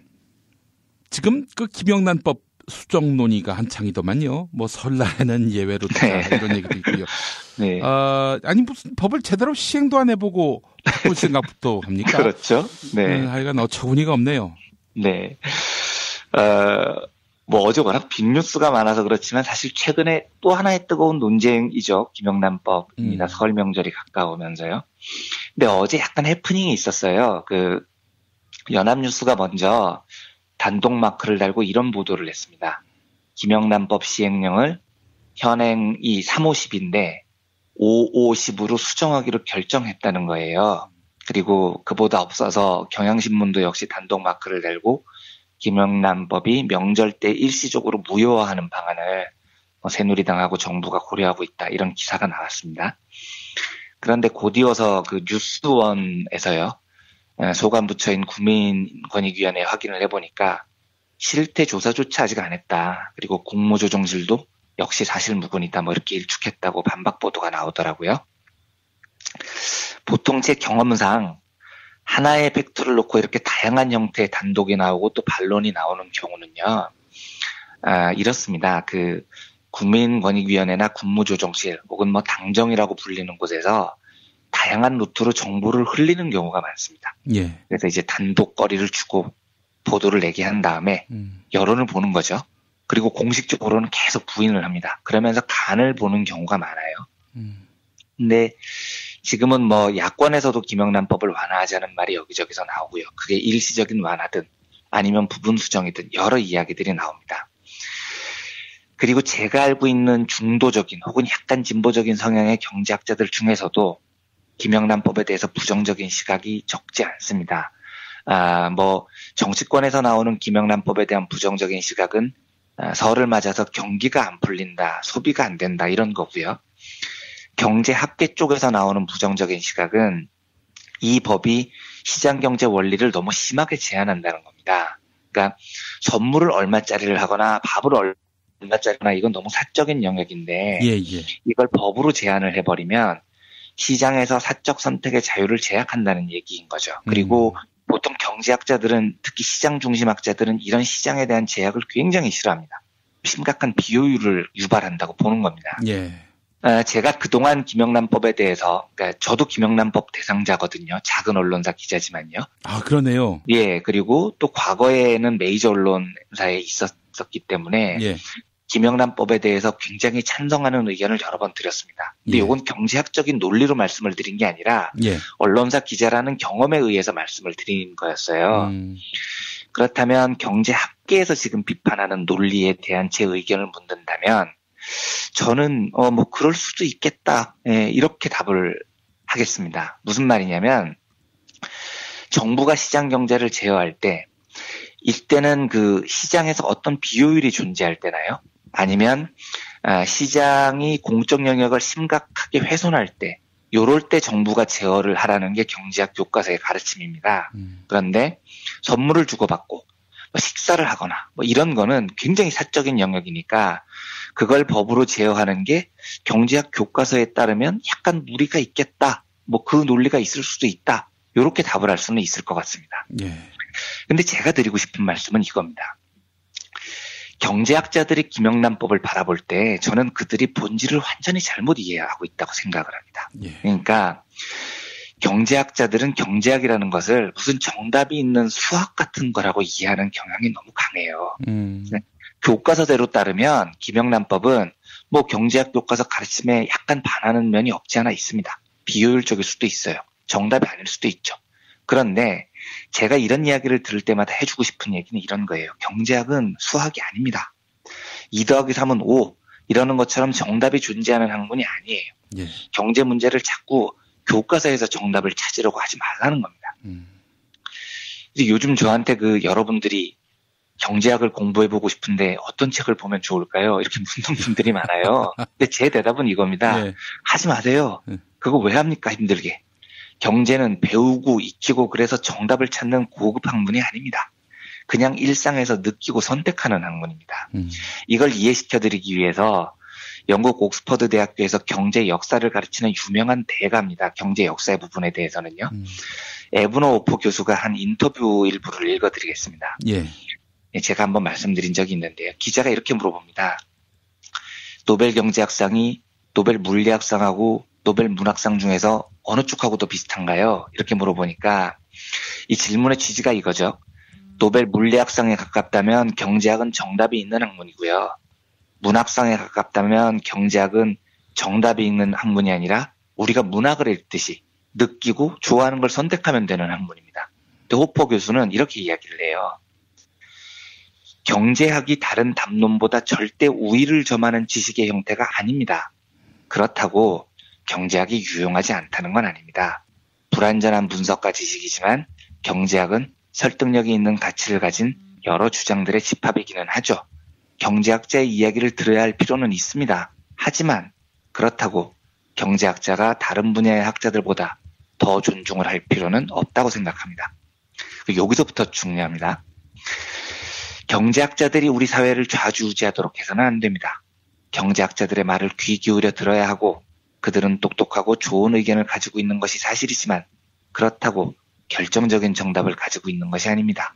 그런 점에서 경제학은 물리학이라기보다는 문학이라고 할 수 있습니다. 물리학자들의 의견을 모으면 비전문가들은 그들의 맞설 위치에 있지 못합니다. 하지만 경제학은 그런 것이 아닙니다. 이렇게 얘기를 합니다. 경제학은 비전문가들이 경제학 박사들을 만나면 주눅이 들어서 막 배워야 되고 저분들의 말이 옳고 이런 학문이 아니라는 거예요. 누구나 다 자기 생각을 어려운 용어 없이 그대로 이야기하면 그게 경제학입니다. 그게 경제학의 본류예요.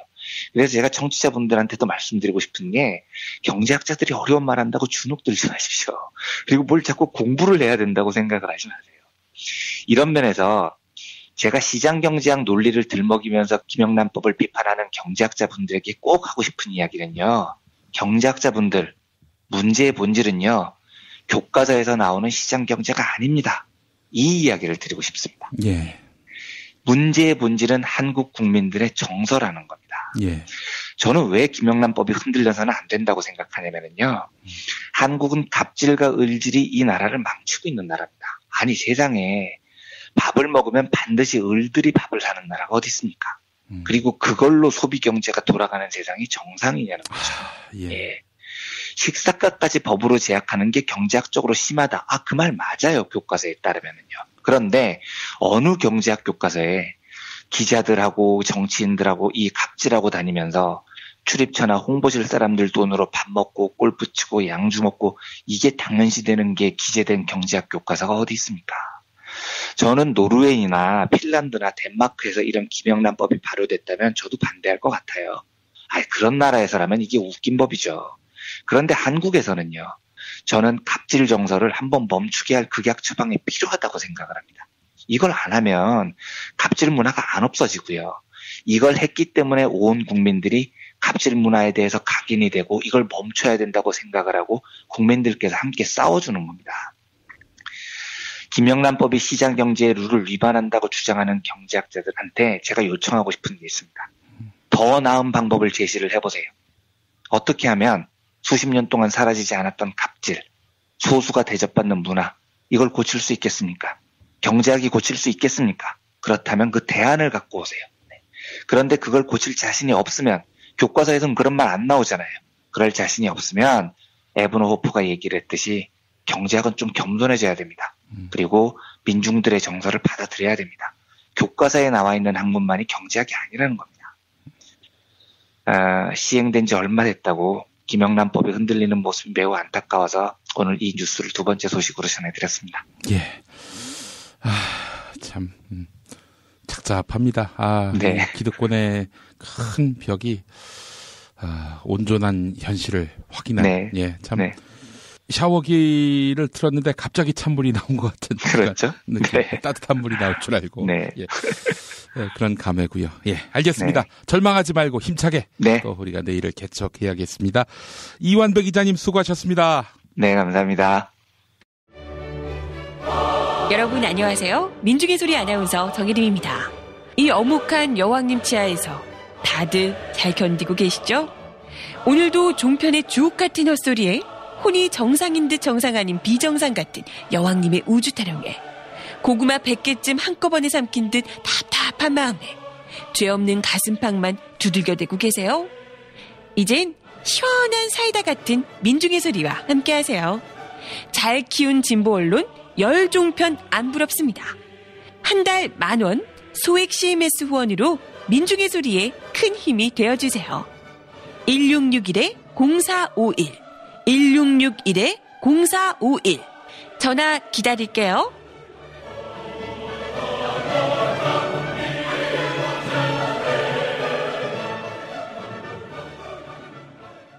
살다 보면 꽃 주문할 일이 생깁니다. 1566-0263 네이버에서 검색된 사이트보다 최대 2만원 싸게 해드립니다. 좋은 사람과 플라워 1566-0263 잊지 마세요.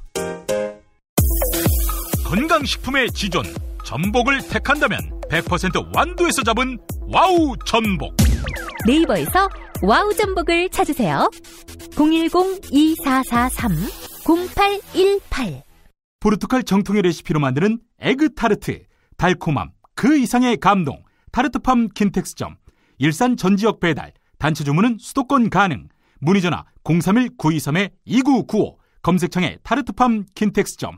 한우 사고를 집어넣고 24시간 팔팔 끓인 곰탕, 연지연 곰탕. 어린이부터 노인까지 누구나 좋아하는 건강식 연지연 곰탕. 택배로 신청하시려면 010-7252-1114 김용민 브리핑과 함께하는 브리핑 대리운전. 1522-9687. 수익금 일부는 김용민 브리핑 드라마 악인 열전 제작비로 쓰입니다. 1522-9687.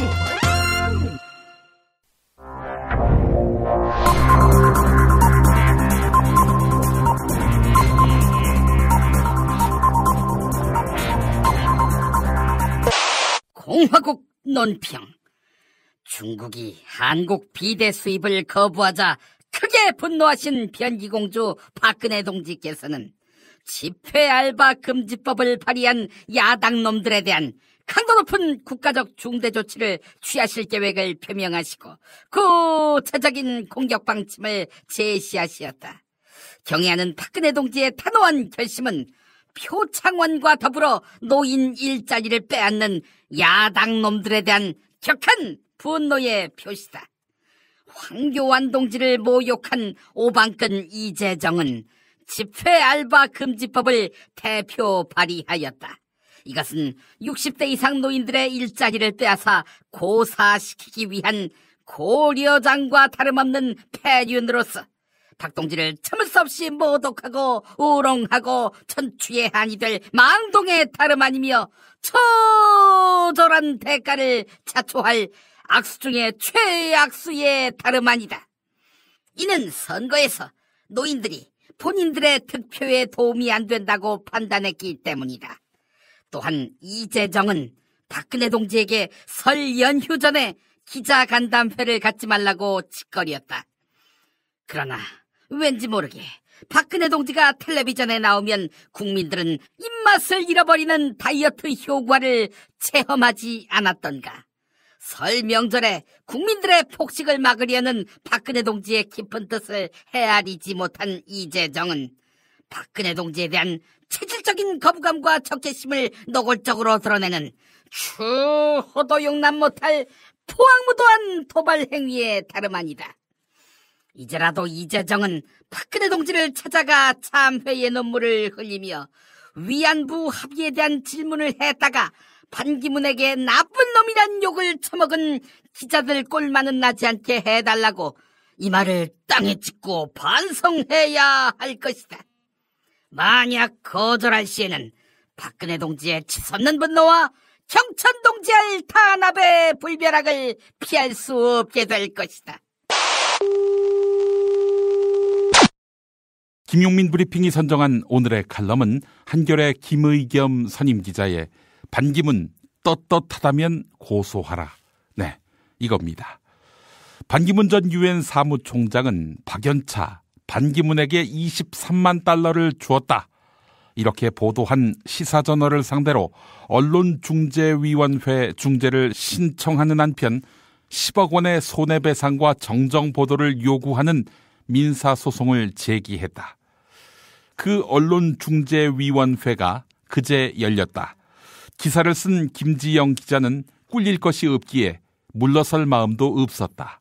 오히려 그는 언론중재위원회에 나가서 반기문 총장이 큰 뜻을 품고 계시다면 민사소송이 아니라 검찰 수사로 명쾌하게 밝히자.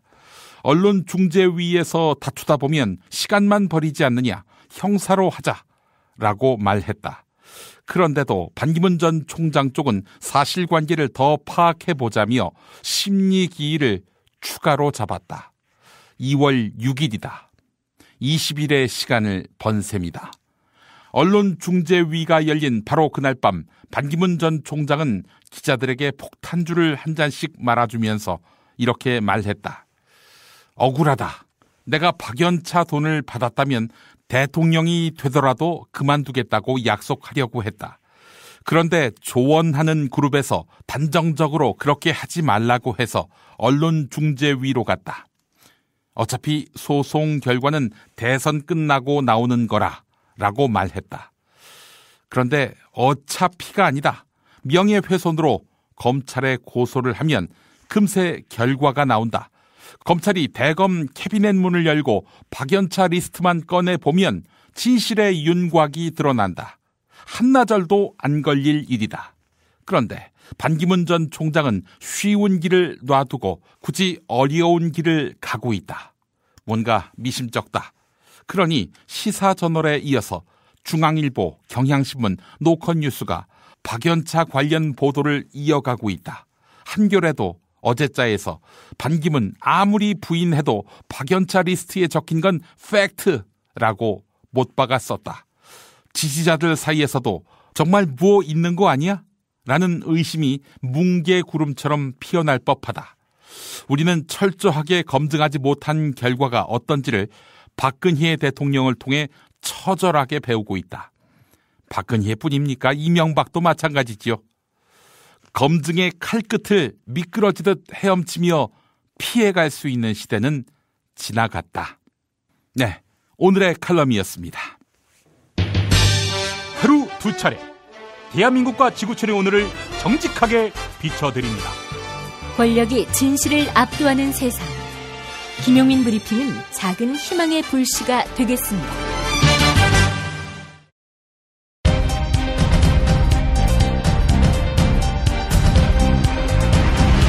김용민 브리핑 스페셜 강력한 인터뷰.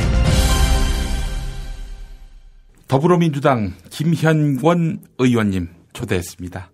김 의원님 어서 오십시오. 예, 반갑습니다. 예, 우리 김현권 의원님 하면은 농민 출신이시고 뭐 농정에 관한 뭐 국회에서 가장 부처님 손바닥 보듯이 많이 읽으시는 분으로 알고 있습니다. 이 김용민 브리핑의 애청자. 네, 그것도. 아이고, 감사합니다. 아, 우리 의원님이 이렇게 들어주신다니까. 제가 특별히 그 이완배 기자 아주 좋아합니다. 아, 그렇습니까? 예.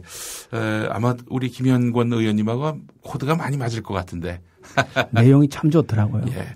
어떻게 그런 분이 이렇게 보수 언론에서 오랫동안 계셨는지. 전 아직도 미스터리인데. 자, 의원님, 오늘 이렇게 모시게 된 거는 요즘 그 AI 문제가 너무 심각해서 말이죠. 아니, 평소에 이제 가면은 왜 순두부집이나 이런 데 보면은 대접에다가 달걀을 쌓아놓고 뭐 얼마든지 깨서 드시라. 그렇죠, 예. 이런 음식점이 완전히 실종이 됐습니다. 이거 보면서 말이죠. 계란값은 또 폭등하고 있고. 예. 이런 가운데 미국에서 호주에서 이 계란이 공수되어 오는데 말이죠. 신선식품을 그런 식으로 열몇 시간 동안 수송해도 과연 탈이 없는지 싶기도 하고 말이죠. 요즘 AI 사태 어떻게 보고 계십니까? 계란값이 폭등한 거는 그 AI로 인해서 산란계가 지금 한 33% 정도 살처분돼 있거든요. 아이고. 예. 전체 우리나라가 지금 이제 3,200만 마리를 살처분했는데 예. 그 중에 2,330만 마리가 산란계더라고요. 예. 그러다 보니까 일단 계란 생산이 줄어들었고 그렇긴 한데 우리가 평소에 계란이 좀 한 20% 정도 남아요. 과잉 생산 단계였어요. 아, 예. 그러면 30% 좀 넘게 살처분이 됐다 하더라도 지금처럼 이렇게 질병으로 인해서 일이 생기면 대체로 소비가 좀 줄어들거든요. 예. 그러면 20% 과잉해서 좀 소비 줄어드는 거 감안하면 지금 모자라는 건 사실 너무 많이 모자란다 이렇게 생각하는 거죠. 예. 그래서 그 원인을 아무래도 우리 이제 계란 유통 체계가 수집상 중심 체계로 돼 있어요. 그러니까 농장에서 생산을 하면은 이 수집상들이 농가에 방문해서 수거해서 이렇게 유통하는 체계. 이 비중이 한 60% 가까이 돼요. 그러다 보니까 아무래도 가격이 오르면 그 명절 앞두고 좀 저장해 두는 게 경제적으로 이득이잖아요. 그래서 물론 생산이 줄어들긴 했지만 너무 많이 모자라고 폭등을 하는 이 과정에는 낙후된 계란 유통 체계도 연관이 있지 않는가 이런 문제 제기들이 좀 있습니다. 아니 지금 듣다 보니까 확 그냥 열이 치솟는데요. 아니 지금 이 계란을 모아다가 어디다 쌓아놓은 인간들이 있다는 얘기입니까? 그게 이제 이번 기회에 좀 이렇게 정확하게 진단도 하고 대책도 마련해야 되는데요. AI가 대체로 보면 이제 우리나라가 특징이 처음에 발생할 때는 오리 농가에서 확 퍼져요. 그러니까 야생 오리 계통에서 바이러스가 검출되고 그러고 나면 첫 단계로 오리 농장에 먼저 이제 확 퍼져요. 그러고 나서 그 다음에 산란계로 이동하는 게 대체로 그동안 AI가 터질 때마다 반복되는 유형이에요. 예. 그러니까 우리나라가 오리 농장이 많아요. 생각보다가. 일본은 사실 오리 별로 안 키워요. 예. 또 유럽도 지금 AI 때문에 굉장히 난리거든요. 예, 예. 그런데 유럽은 오리 키우는 게 사냥오리예요. 식용오리보다도. 근데 우리나라가 특이하게 식용오리 생산을 많이 해요. 예. 사육을 많이 하는 거죠. 예, 예. 이런 현상 때문에 야생오리에서 바이러스가 옮겨오고 그다음에 이 식용오리 농장에서 먼저 한번 확 퍼지고 예. 그리고 산란계로 이동하는 이런 특징이 있는데 앞으로 AI 방역을 하려고 하면 예. 이 오리 농장에 대한 대응을 예. 좀 면밀히 검토해서 대책을 마련해야 될 거라고 생각을 하고 있습니다. 예. 여러분 지금 김현권 의원님은요. 아무 자료도 안 보고 제 눈만 바라보고 말씀하신 겁니다. 야, 이거 뭐 머릿속에 저장하신 것도 아니고 뭐 삶 속에서 다 이미 다 체득하신 그런 지식이 아닌가라는 생각이 드는데 말이죠. 자, 산란계, 이 산란계라는 말이 뭔지 모르는 분들이 적지 않을 것 같습니다. 알 낳는 닭. 알 낳는 닭. 아, 산란계. 예. 언론계, 정계가 아니라 알 낳는 닭. 예. 알 낳는 닭. 개가 이제 닭개자 써서. 예. 그런데 AI가 말이죠. 예. 산란계에 보다 더 집중되는 이유는 무엇일까요? 크게 두 가지라고 봐요. 그러니까 육계는 예. 우리가 AI가 여러 번 이제 반복해서 이렇게 발생하고 있잖아요. 육계는 이제 먹는 닭. 먹는다. 육계는 먹는 닭인데 예. 발생할 때마다 육계 농장의 피해는 적어요. 예. 그 이유는 뭐냐 그러면 육계 농장은 출하를 한꺼번에 하다가 보니까 예. AI가 발생을 하면 농장주도 바깥 출입을 자제하고 그다음에 사료만 정확하게 들어오면 예. 외부하고 소통을 딱 끊어버릴 수 있거든요. 예. 그래서 육계 농장은 보면 이번에도 육계 농장의 피해는 사실상 거의 없어요. 없는데 산란계가 이렇게 굉장히 높은 비율로 이렇게 살처분을 하는 이유는 예. 전 두 가지라고 봐요. 하나는 산란계를 우리가 이제 좁은 케이지 속에서 이 사육을 한단 말이에요. 그러다 보니까 닭의 면역력이 떨어지는 거죠. 이른바 밀집 사육. 밀집 사육으로 인한 면역력 저하. 그게 첫 번째 원인일 수 있고요. 예. 또 하나는 아까 말씀드렸듯이 산란계는 늘 계란 수집상이 농장을 들락날락 하는 구조예요. 그러니까 계란이 매일 출하돼야 되니까 예. 농장 문을 딱 걸어 잠그고 방역하기가 어려운 거죠. 예. 그런데 이 계란 수집상들이 들락날락하는 구조다 보니까 수집상들은 일단 농민이 아니잖아요. 그러니까 방역 의식도 상대적으로 약할 수도 있고 예. 이번에 이제 터지고 나서 조사를 해보니까 계란 수집상들이 운행하는 차가 예. 이동 추적 장치가 다 돼 있어야 돼요. 그게 원래 법으로 돼 있거든요. 예. 이동 추적 장치가 다 돼 있어가지고 이 차가 어디로 옮겨 다녔는지 또 이 차의 방역은 언제 했는지 예. 이게 다 기록으로 남도록 되어 있는데 예. 이번에 점검을 해보니까 예. 수집상들이 영세하다가 보니까 이동 추적 장치도 제대로 달지 않았고 이런 예. 사례들이 많이 발견되는 거예요. 예. 그래서 방역을 위해서도 이 계란 유통 체계는 좀 개선해야 되지 않느냐. 예. 지금 그렇게 판단하고 있어요. 그 A 농장에서 AI가 발생했는데 이게 B 농장으로 거리가 제법 떨어져 있는 상황인데 이게 이렇게 바이러스가 옮겨간 거는 예. 이 산란계를 수집하는 이 수집상들 차로부터 그런 염려가 있는 거죠. 그러니까 인플루엔자를 전파하는 거는 절대적으로 사람이에요. 예. 초기에 그 인플루엔자를 유입하는 거는 철새일 수 있지만 예. 그것이 농장에서 저 농장으로 계속 이동하는 거, 전파하는 거는 그건 사람이거든요. 예. 사람이 직접 하거나 사람이 운행하는 차량을 통해서 하거나 예. 이거를 잘 관리를 해야 되는데 그 산란계는 그 특성상 네. 계란 수집상들이 계속 이동하면서 예. 계란을 수거하는 이 형태가 예. 산란계에서 방역을 굉장히 힘들게 만들었다 이렇게 보는 거죠. 예. 의원님 뭐 근거가 있으신 말씀이에요, 그게? 그거는 이제 이 현장에서 예. 이건 이제 역학조사를 통해서 예. 다 분석을 해야 되는데 예. 현장에서 대체적으로 분석이 이렇게 동일하게 나오고요. 예.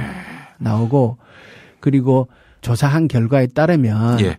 전파된 게 결국은 예. 출하하는 과정에서 예. 이게 확산되었을 가능성이 높다라는 판단들이 네. 이번에도 여러 군데서 나왔어요. 육계 같은 경우에는 어떤 유통 과정이 돼 있습니까? 우리가 이제 흔히 얘기하는 삼계탕 닭 같은 경우에는 예. 생후 45일 만에 출하가 돼요.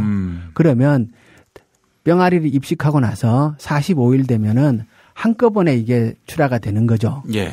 출하를 할 때 그거를 도축장으로 이동을 해서 도축을 하고 그리고 유통을 하는데 이 출하 시점이 아니면 농장이 딱 문을 걸어 잠그고 방역을 할 수 있는 체계가 되니까 예. 이게 확산될 염려가 적은 거죠. 사람의 이동이 일단 정지될 수 있는 구조가 육계에서는 가능한 거예요. 그런데 예. 산란계는 매일 빈번하게 왔다 갔다 해야 되는 거예요. 계란 때문에. 그렇죠. 예. 이거를 일단 이동하는 사람들이 철저하게 소독하고 방역을 해야 되는데 예. 이게 이때까지 잘 통제되지 않았던 거죠. 예. 예. 아니 식품의약품 안전처는 그럼 어떻게 대응을 했던 겁니까 그동안? 그러니까 이번에 이렇게 일이 터지니까 2015년도 말에 식약처에서 이 계란 유통 체계의 후진성을 지적하면서 예. 이 계란 유통 체계가 우리나라는 아까 말씀드렸듯이 주로 이제 수집상들에 의해서 수집이 되고 예. 출하되는 시스템이다 보니까 이분들이 대체로 또 영세하거든요. 그렇죠. 근데 농업 선진국에는 보면은 예. 그 GP라고 예. 그레딩 앤 파킹 해서 검사 포장을 함께 하는 이 체계가 있어요. 예. 그럼 계란이 농장에서 거기로 이제 모이고 거기서 검사도 하고 포장도 하고 예. 이렇게 해서 출하하는 게 이제 현대화가 되어 있는데 예. 우리는 이렇게 안 되어 있어요. 예. 그래서 식약처에서 2015년도 말에 보고서 보면은 예. GP 포장센터를 그 전국적으로 설치하는 거 이거에 관한 계획도 있고요. 예. 이게 이제 포장센터에서 정확하게 먼저 검사도 안 되다 보니까 예. 계란은 이제 처음에 나올 때 이 육안으로는 확인 안 되지만 실금이 가 있는 계란들이 상당히 많아요. 실금이라면 그러니까 계란은 이게 공장에서 찍어내는 게 아니잖아요. 그렇죠. 예. 그럼 닭이 이제 알을 낳는 과정에서 예. 표피가 좀 약해서 예. 금이 살짝 가 있는 거. 예. 이걸 이게 실금난이라 그러거든요. 그렇군요. 그러니까 실금난이 육안으로 구별 가능한 것도 있지만 예. 구별할 수 없는 실금난도 상당히 많아요. 그래서 전체 계란 중에 실금이 가 있는 거나 오물이 묻은 계란은 네. 대체로 한 20% 정도가 예. 생산된다고 그래요. 통계적으로. 예. 그런데 이거를 그 GP 센터에서 예. 정확하게 기계로 이걸 다 선별을 해서 예. 실금이 가 있는 거는 분리를 해내야 되거든요. 예. 그러니까 농업 선진국에서는 다 이게 현대화돼 가지고 이게 그렇게 돼요. 예. 그래서 실금 가 있는 거나 예. 오물이 묻은 거는 신선란으로 유통하지 않고 그건 가공용으로 빼요. 근데 우리는 그 체계가 안 돼 있고 예. 그냥 수집상 중심으로 굴러가는 체계다 보니까 예. 실금이 가 있는 계란의 상당수가 실온에서 유통이 됐던 거예요. 그럼 이거는 유통 과정에서 변질의 가능성이 높아지는 거죠. 그렇죠. 아무래도. 그래서 식약처 보고서에도 예. 1년에 몇억 개에 달하는 비정상적인 계란이 유통되지 말아야 할 계란이 예. 유통되었다라고 판단을 하고 GP센터 설립 및 세척. 우리나라는 지금 세척을 원칙으로 하거든요. 근데 실제로 세척되는 비율은 한 70%밖에 안 돼요. 예. 30%는 비세척으로 또 유통이 되는데 이거를 전체적으로 개선하는 보고서가 식약처에서 작성이 되고 청와대에 우병우 민정수석실에까지 올라갔었어요. 예. 올라갔었는데 어떤 이유에서인지 민정수석실에서 그 식약처의 계획이 폐기돼요. 아니 그 좋은 방안 아주 현실적이고 좀 과학적인 예. 대안인데 이 대안을 예. 우병우가 왜 묵살을 합니까? 그 식약처 보고서에 보면은 농가와 그 유통업체의 반대에 부딪혀서 실행이 못 됐다. 예. 그리고 이게 민정수석실에까지 보고된 것은 나와요. 예. 그런데 이게 왜 묵살이 됐는지와 관련한 예. 자세한 경과는 예. 알 수 없다. 자세한 거는 예. 그 당시에 어떤 이유에서 그거를 묵살시키고 시행을 안 했는지 예. 그건 아직까지 파악을 못 하고 있습니다. 예. 의원님 뭐 짚으시는 거 없으세요? 잘 모르겠어요. 이거는 이게 그 당시에 그렇게 했더라면 AI 대책을 세우는 데나 네. 국민 건강, 예. 그 식품의 안전성을 확보하는 데나 훨씬 더 유리했을 텐데 어떤 이유에서든지 식약처의 보고서가 묵살되었고 아무래도 이게 식품 쪽은 기업체 네. 상대적으로 대기업체의 입김이 크게 작용을 하거든요. 그래서 그쪽의 의견들이 많이 반영된 게 아닌가 이런 짐작도 좀 합니다. 이런 걸로 왜 대기업들이 손해를 보는지 그 내용을 잘 모르겠는데요. 그러니까 이게 선진국형 그 농업의 유통 구조는 다 협동조합 중심으로 이루어져 있어요. 그러니까 협동조합이 기능을 정상적으로 하면은 그것이 소비자들한테도 안전한 식품을 제공해서 좋기도 하지만 그 이익이 생산자들에게 돌아가는 구조거든요. 그런데 우리나라는 AI가 반복해서 발생하는 과정에서 통계로 보면은 양계 농가는 계속 망해요. 그리고 하림 등 대기업들은 비약적으로 성장을 해요. 그러니까 이게 이번에 이제 살처분 보상금도 몇천억씩 나가지만은 그게 농가에 가는 비중은 한 20%밖에 안 되고 거의 대부분 대기업으로 가요. 그러니까 지금 이제 양기업이 상당 부분 계열화되어 있어가지고 농민들은 위탁 사육하는 하청업자에 불과하거든요. 그러면 돈은 가축의 소유주한테 돈이 지급이 돼요. 그럼 실제로 보상금의 거의 대부분은 대기업한테 가는 구조거든요. 대기업이라면 하림을 말하는 겁니까? 하림, 뭐 동우, 뭐 그런 데죠. 얼마 전에 그런 보도를 봤습니다. 이 AI 사태로 보상금이 지급되는데 그 보상금은 대부분 대기업들한테 가고. 그 이야기가 이 이야기였군요. 그런데 이게 이제 GP센터를 만들어 가지고 만약에 이거를 생산 농가들 위주로 협동조합으로 운영해서 그 이익이 농가한테 돌아가는 구조를 만든다면은 그거는 현재 대기업이 장기적으로 이 부분을 장악해서 농가들을 지배하려고 하는 구조하고 좀 대치될 수도 있거든요. 근데 이거는 그냥 짐작일 뿐이고 어쨌든 그 당시에 왜 민정수석실에서 이거를 묵살을 했는지는 정확하게 모르겠어요. 지금 뭐 하림을 비롯한 이런 기업들은 말씀하신 GP센터 이것이 설립되는 것에 대해서 안 좋아했습니까? 이 부분에 대해서 농가는 적극적으로 찬성을 했어요. 그런데 업체들의 반응은 나와 있지 않아요. 기준은 어떻습니까? 의원님이 파악하신. 업체들은 그렇게 적극적이지 않을 수도 있다고 봐요. 적극적이지 않을 수도 있다. 추가 비용이 들어간다? 뭐 이 차원인가요? 이거를 정부에서 적극 나서서 GP센터 지원을 하고 설립해서 이 시스템을 바꾸면 그거는 기업 위주로 할 수는 없거든요. 공공의 영역이 된다. 아무래도 그거는 농가가 그 부분에서 영향력을 행사하도록 만드는 것이 정상적이거든요. 그리고 대부분의 농업은 다른 나라에서도 기업의 영역으로 넘기지 않고 농업 생산자들의 영역으로 대부분 보장해 주거든요.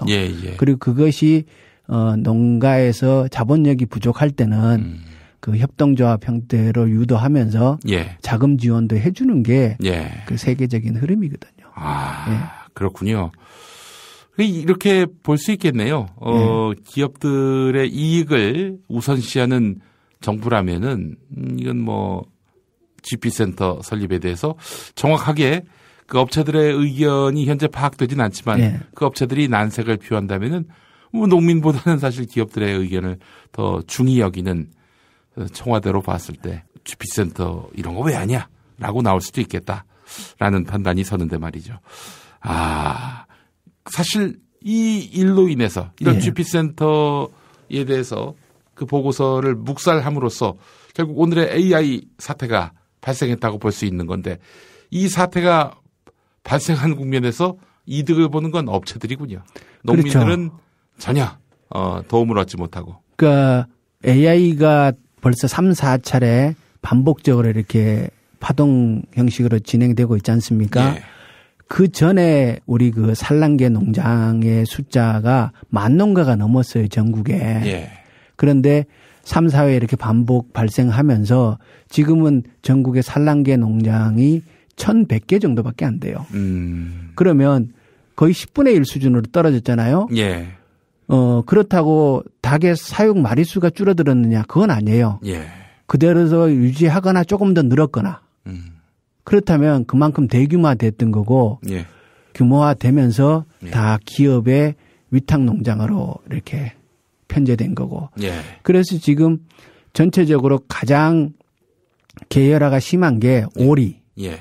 오리는 전체 오리 농가의 95% 정도가 계열화됐어요. 대기업으로 넘어갔어요. 예. 그리고 육계도 지금 90% 정도가 대기업한테 넘어갔고. 예. 그러니까 이 파동이 거칠 때마다 농가는 이렇게 경제적인 압박을 받고 하니까 예. 이 계속 문을 닫게 되고. 예. 그리고 기업체들은 그 방역할 때 비용도 사실은 위탁 농가한테 다 떠넘기거든요. 예. 그러니까 기업은 방역 비용이나 의무도 감당하지 않으면서 소유주라고 해가지고 살처분 보상금은 기업이 수령하는 구조가 되고 예. 이런 구조를 가장 먼저 파악을 하는 게 사실은 시장이잖아요. 그렇죠. 제가 하림의 주식 가격 이런 걸 한번 살펴봤어요. 예. AI 터지고 나서 쫙 올라가요. 예. 이미 몇 번 이렇게 반복이 되다가 보니까 시장이 이 구조를 먼저 알고 있는 거죠. 아이고, 그렇구나. 예. 동종업체들이 다 비슷한 형식으로 주가 곡선이 형성돼요. 예. 이 남의 불행은 곧 자기의 행복이군요. 한마디로 얘기해서. 그렇죠. 결국 이제 우병우는 왜 묵살했는지 이것도 우리가 반드시 규명해야 될 문제인 것 같습니다. 예. 김용민 브리핑 지금 농민 대표로 더불어민주당 소속 비례대표 국회의원으로 활동하고 있는 김현권 의원과 함께하고 있습니다. 의원님, 네. 지금 그래서 정부에서 대책으로 내놓은 것이 이제 미국산 달걀을 수입하는 건데. 그렇죠. 예.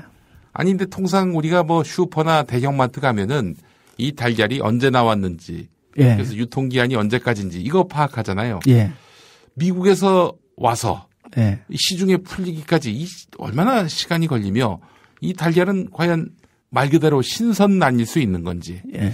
그게 의문입니다. 그래서 이번에 이제 미국 란을 수입하겠다고 하길래 예. 그 농림축산식품부에다가 미국 농장에서 그 계란을 낳아가지고 한국에까지 도착하는데 도대체 며칠이 걸리느냐를 예. 물어보니까 정확한 자료가 없다 이렇게 답변을 하더라고요. 그래요? 그러면 이게 언제 나온 네. 건지조차 파악 안 되고 무작정 수입하고 있는 겁니까?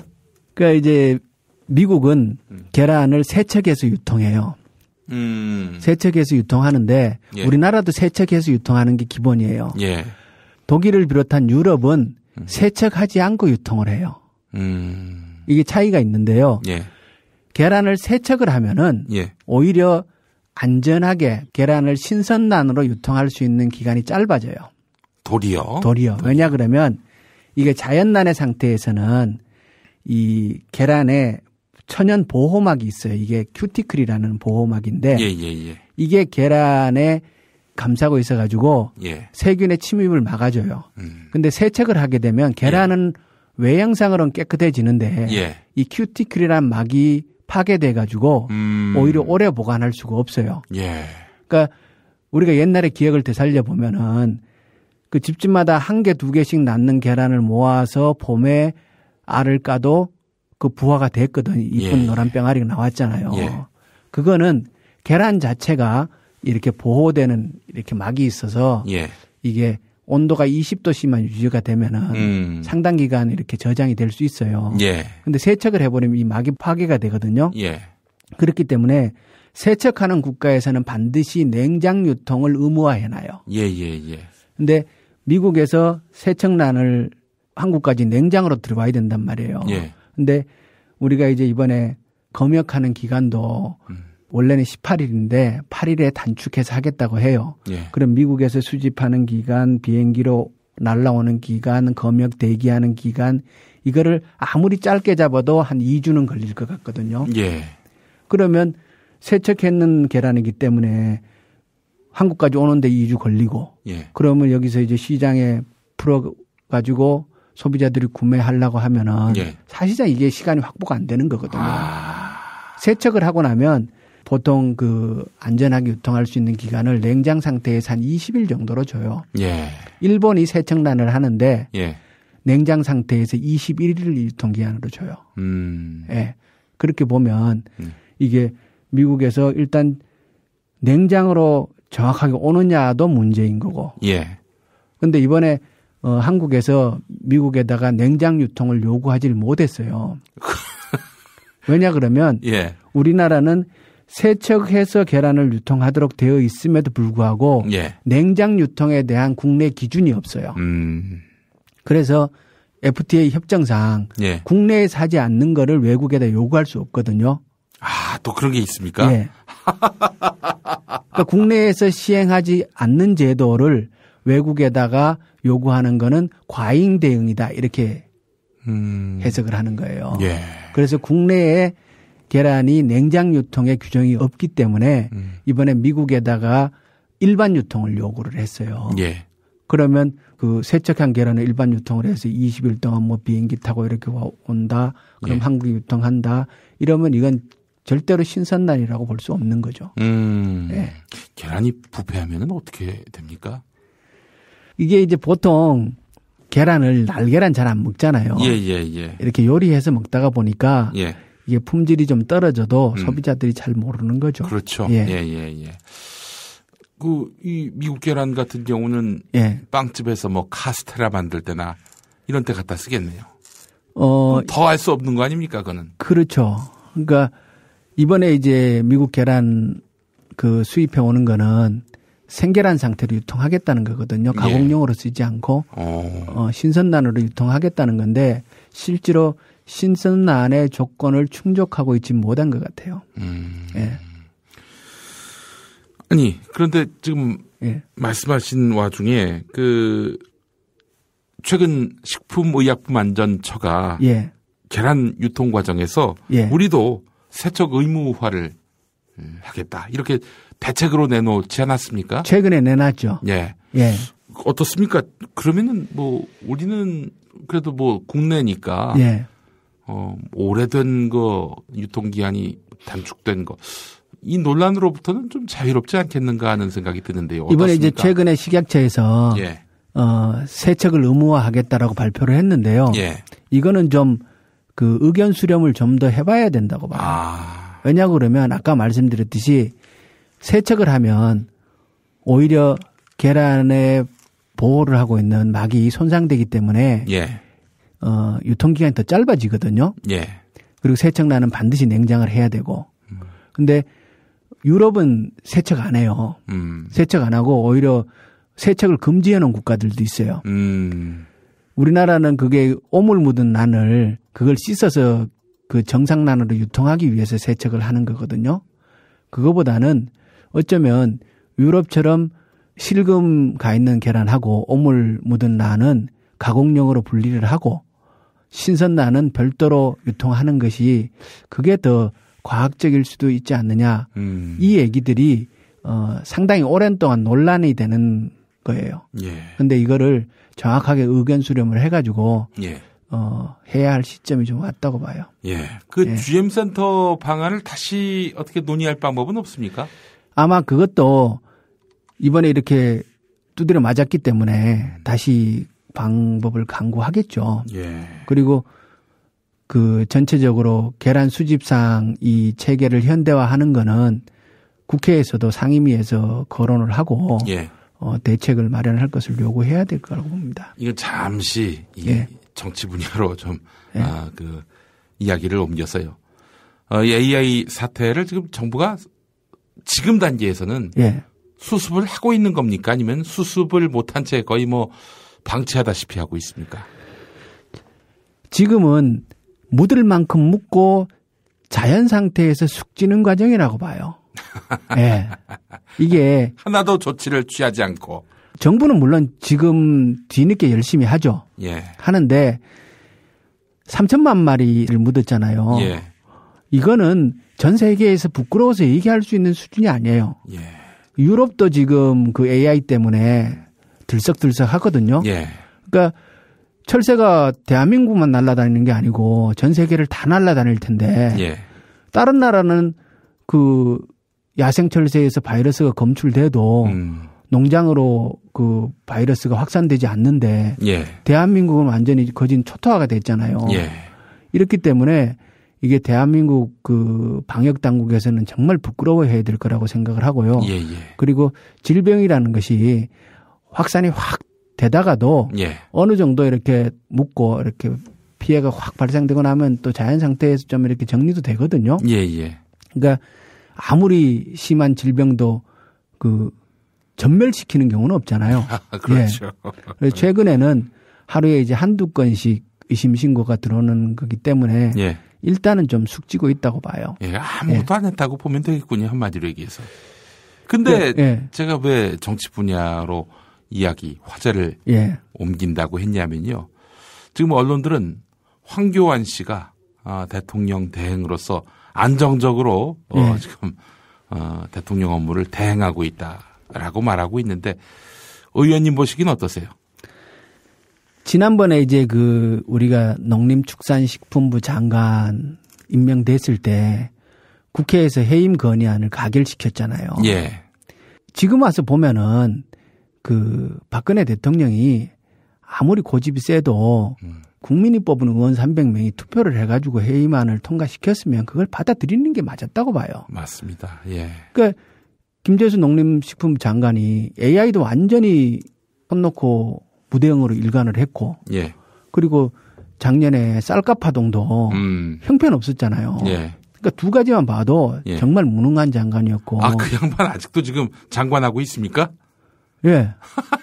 근데 뭐 지금은 물러나도 또 임명할 사람도 없잖아요. 아이고.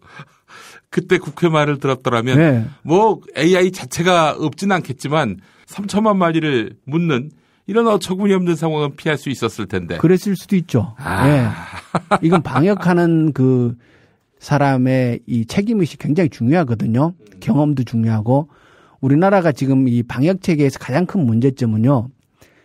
이 AI가 2, 3년마다 이렇게 반복적으로 발생을 하는데 문제는 이게 발생할 때마다 지휘 체계가 다른 사람이 움직인다는 거예요. 그러니까 지금도 이 고생하면서 이 사람들이 경험을 할 만큼 하잖아요. 예. 이제 뭐 방역 어떻게 해야 되는가 좀 깨달을 거예요. 근데 2, 3년 뒤에 일 터지고 나면은 그 사람들은 또 다 어디 가고 없어요. 새 사람들이 와가지고 그 일을 하는데 방역이라는 거는 초기에 과감하고 단호하게 조처를 해야 되거든요. 지나치다 싶을 정도로 초기 대응이 중요한 건데 경험이 없는 사람들이 어떻게 과감하고 단호한 조치를 하겠어요. 근데 우리나라 방역 지휘 체계는 늘 사람들이 옮겨 다니다가 보니까 이 경험이 전수가 안 되고 터질 때마다 새 사람들이 그 일을 맡아가지고 허둥지둥 대다가 다 뚫리고 이런 형태거든요. 그래서 우리도 반드시 이제는 그 수의 검역 이 부분은 독립시켜가지고 전문가들에게 정권을 맡겨서 방역에 임하도록 하는 선진국형 체계로 바꿔야 된다고 봐요. 예. 그러니까 한마디로 얘기해서 박근혜 또 황교안 이 두 사람이 각각 대통령과 국무총리를 할 때 예방할 수 있었는데 예방을 못했다는 거 아닙니까? 한마디로 얘기해서. 그렇죠. 예. 뭐 그것이 김재수 해임이든 뭐 GM센터를 발족시키는 것이든. 아이고 그래놓고도 이 자들은 정말 국민에 대한 단 한 올의 그런 양심이 있다면은 스스로 물러나야 마땅한데 말이죠. 지금 계속해서 이 정권을 이어가려는 그 미몽에 지금 사로잡혀 있으니 어처구니 없고 그러니까 합니다. 이 정부가 잘못 돌아가니까 사람만 괴로운 게 아니라 짐승도 괴로운 거죠. 그러네요. 짐승도 괴롭고 생명체 모두가 괴로운 그런 시대를 우리가 지금 살고 있습니다. 의원님, 이제 그 앞으로 여름이 오지 않겠습니까? 지금 여름이 오면은 말이죠. 지금은 계란 걱정을 하지만은 그때는 삼계탕 어떻게 그 육개가 제대로 그 유통될 수 있을까요? 그러니까 최근에 병아리 입식 가격이 40%나 올랐어요. 이런 그 위기가 오면은 이게 이제 병아리를 분양하는 것도 다 대기업이거든요. 예. 또 이 가격을 올리는 거예요. 그럼 가격을 올려놓으면 이게 출하할 때 당연히 육개값도 오르지 않겠습니까? 예. 그래서 지금 이제 입식되는 병아리들이 여름에 그 삼계탕용으로 나올 텐데 예. 또 삼계탕의 육개값도 상당히 오를 거라고 그렇게 예측이 되는 거죠. 예. 그러면 뭐 올여름에 삼계탕 복날에 엄청나게 가격이 올라 있던가 혹은 뭐 아예 입속에 넣을 생각을 하지 말던가 해야 되겠군요. 그래도 먹긴 먹어야 안 되겠어요. 아니 근데 예. 맨 앞에 얘기했던 거 있지 않습니까? 예. 지금 계란을 숨겨둔 인간들이 있습니까? 그거를 농림부에서는 얼마 전에 조사를 해보니까 없더라 이렇게 답변을 했거든요. 그런데 예. 현재 농림부 쪽에서는 예. 방역하느라고 인력이 없어서 예. 그거 일제 조사할 수 있는 그 능력도 되지 사실 안 되거든요. 그래서 이거를 뭐 저도 전국에 다니면서 조사를 다 해본 건 아니지만 예. 여러 가지 아까 말씀드렸듯이 통계상으로 봤을 때 계란이 갑자기 없어질 수는 없는 거거든요. 그렇죠. 예, 예. 그렇기 때문에 예. 일정 정도는 있지 않겠느냐 이렇게 생각을 합니다. 해가지고 털어야겠군요. 반드시 털어야겠어요. 예. 네. 의원님 말씀을 종합해 보면은 그러니까 박근혜, 황교안, 김재수 탄핵 국면도 아니고 평시 국면에서 충분히 AI를 방지할 수 있었을 텐데 안 했다는 얘기 아니겠습니까? 여기엔 또 우병우도 얽혀 있는 것 같고 말이죠. 예. 이 사실은 AI는 이미 예견됐던 거라고 봐도 됩니까? 그러니까 우리나라가 AI를 방역하는데 그렇게 나쁜 조건은 아니에요. 왜냐 그러면 우리나라는 사실상 섬나라잖아요. 그렇죠. 예. 그렇기 때문에 차단하는데 유리하거든요. 그리고 우리나라가 AI 발생하는 걸 보면은 중국을 예찰을 하면은 중국에서 발생한 그 AI 그 인플루엔자가 1, 2년 뒤에 한국으로 와요. 이번에 H5N6형도 2014년도에부터 중국에서 발생했던 바이러스예요. 그렇기 때문에 주변 국가를 정확하게 모니터링 하면은 한국에서 이 방역하는데 그렇게 나쁜 조건은 아닌데 이게 일방적으로 계속 뚫리는 걸 보면서 굉장히 안타까운 거죠. 예. 참. 의원님, 그렇다면 AI를 방지할 수 있는 뭐 전 세계 어느 나라든 뭐 완벽하게 그 방지할 수는 없겠지만 최선의 방제 대책 어떤 것이 있는지 말씀해 주시겠습니까? 우선 제가 먼저 이야기하겠습니다. 정권 교체. 그렇죠. 옛날에 그 김대중 대통령은 방역에 있어서는 굉장히 모범적인 사례를 남겼거든요. 2002년도인가?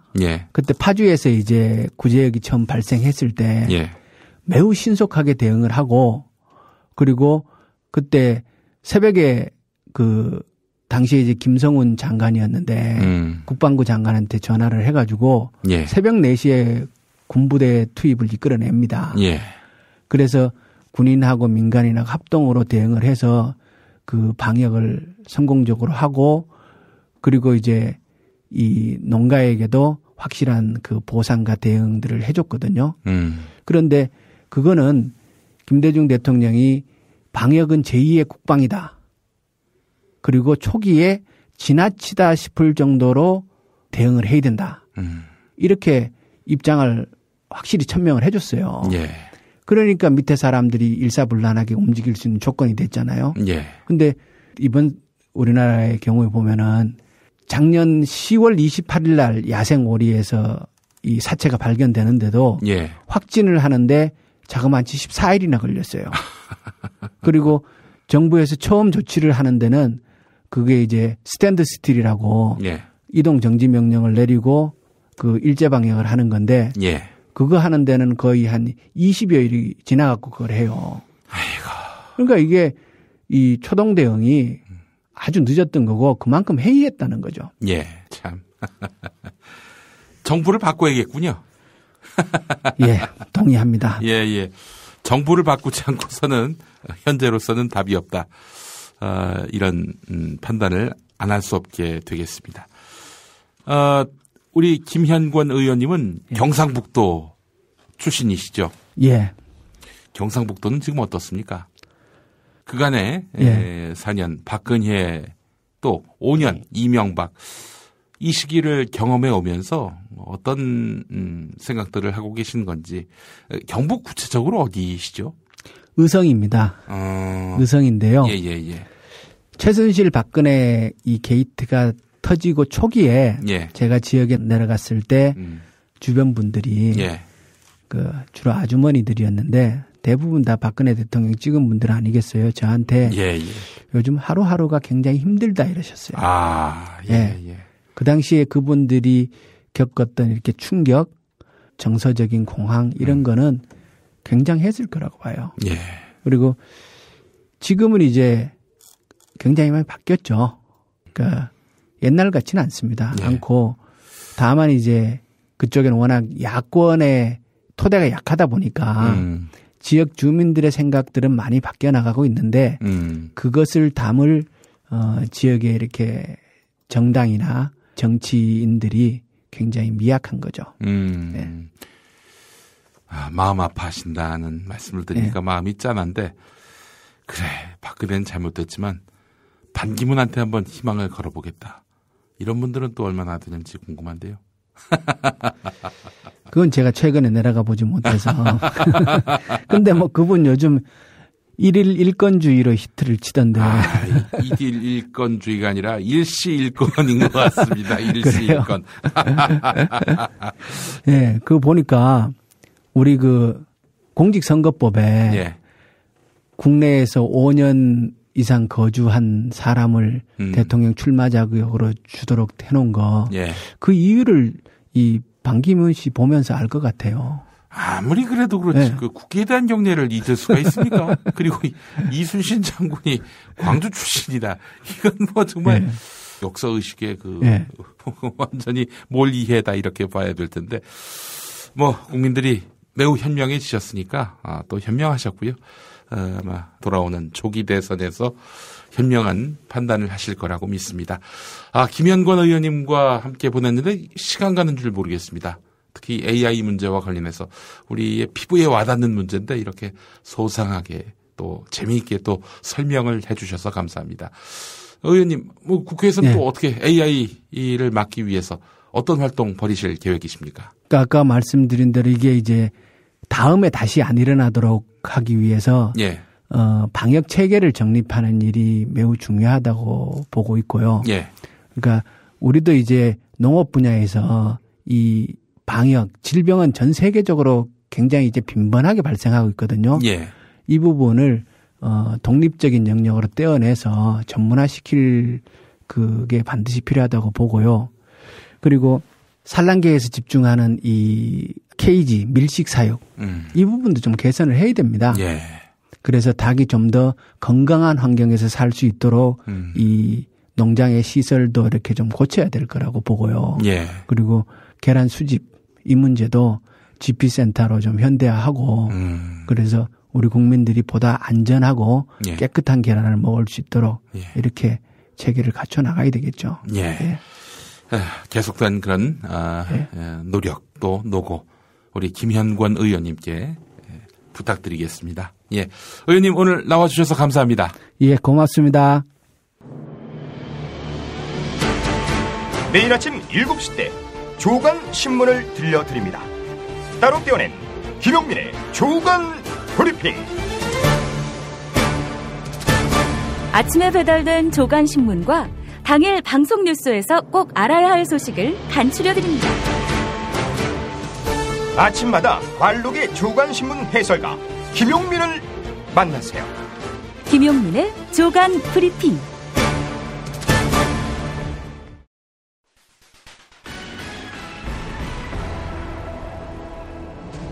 안녕하세요. 선대인 소장입니다.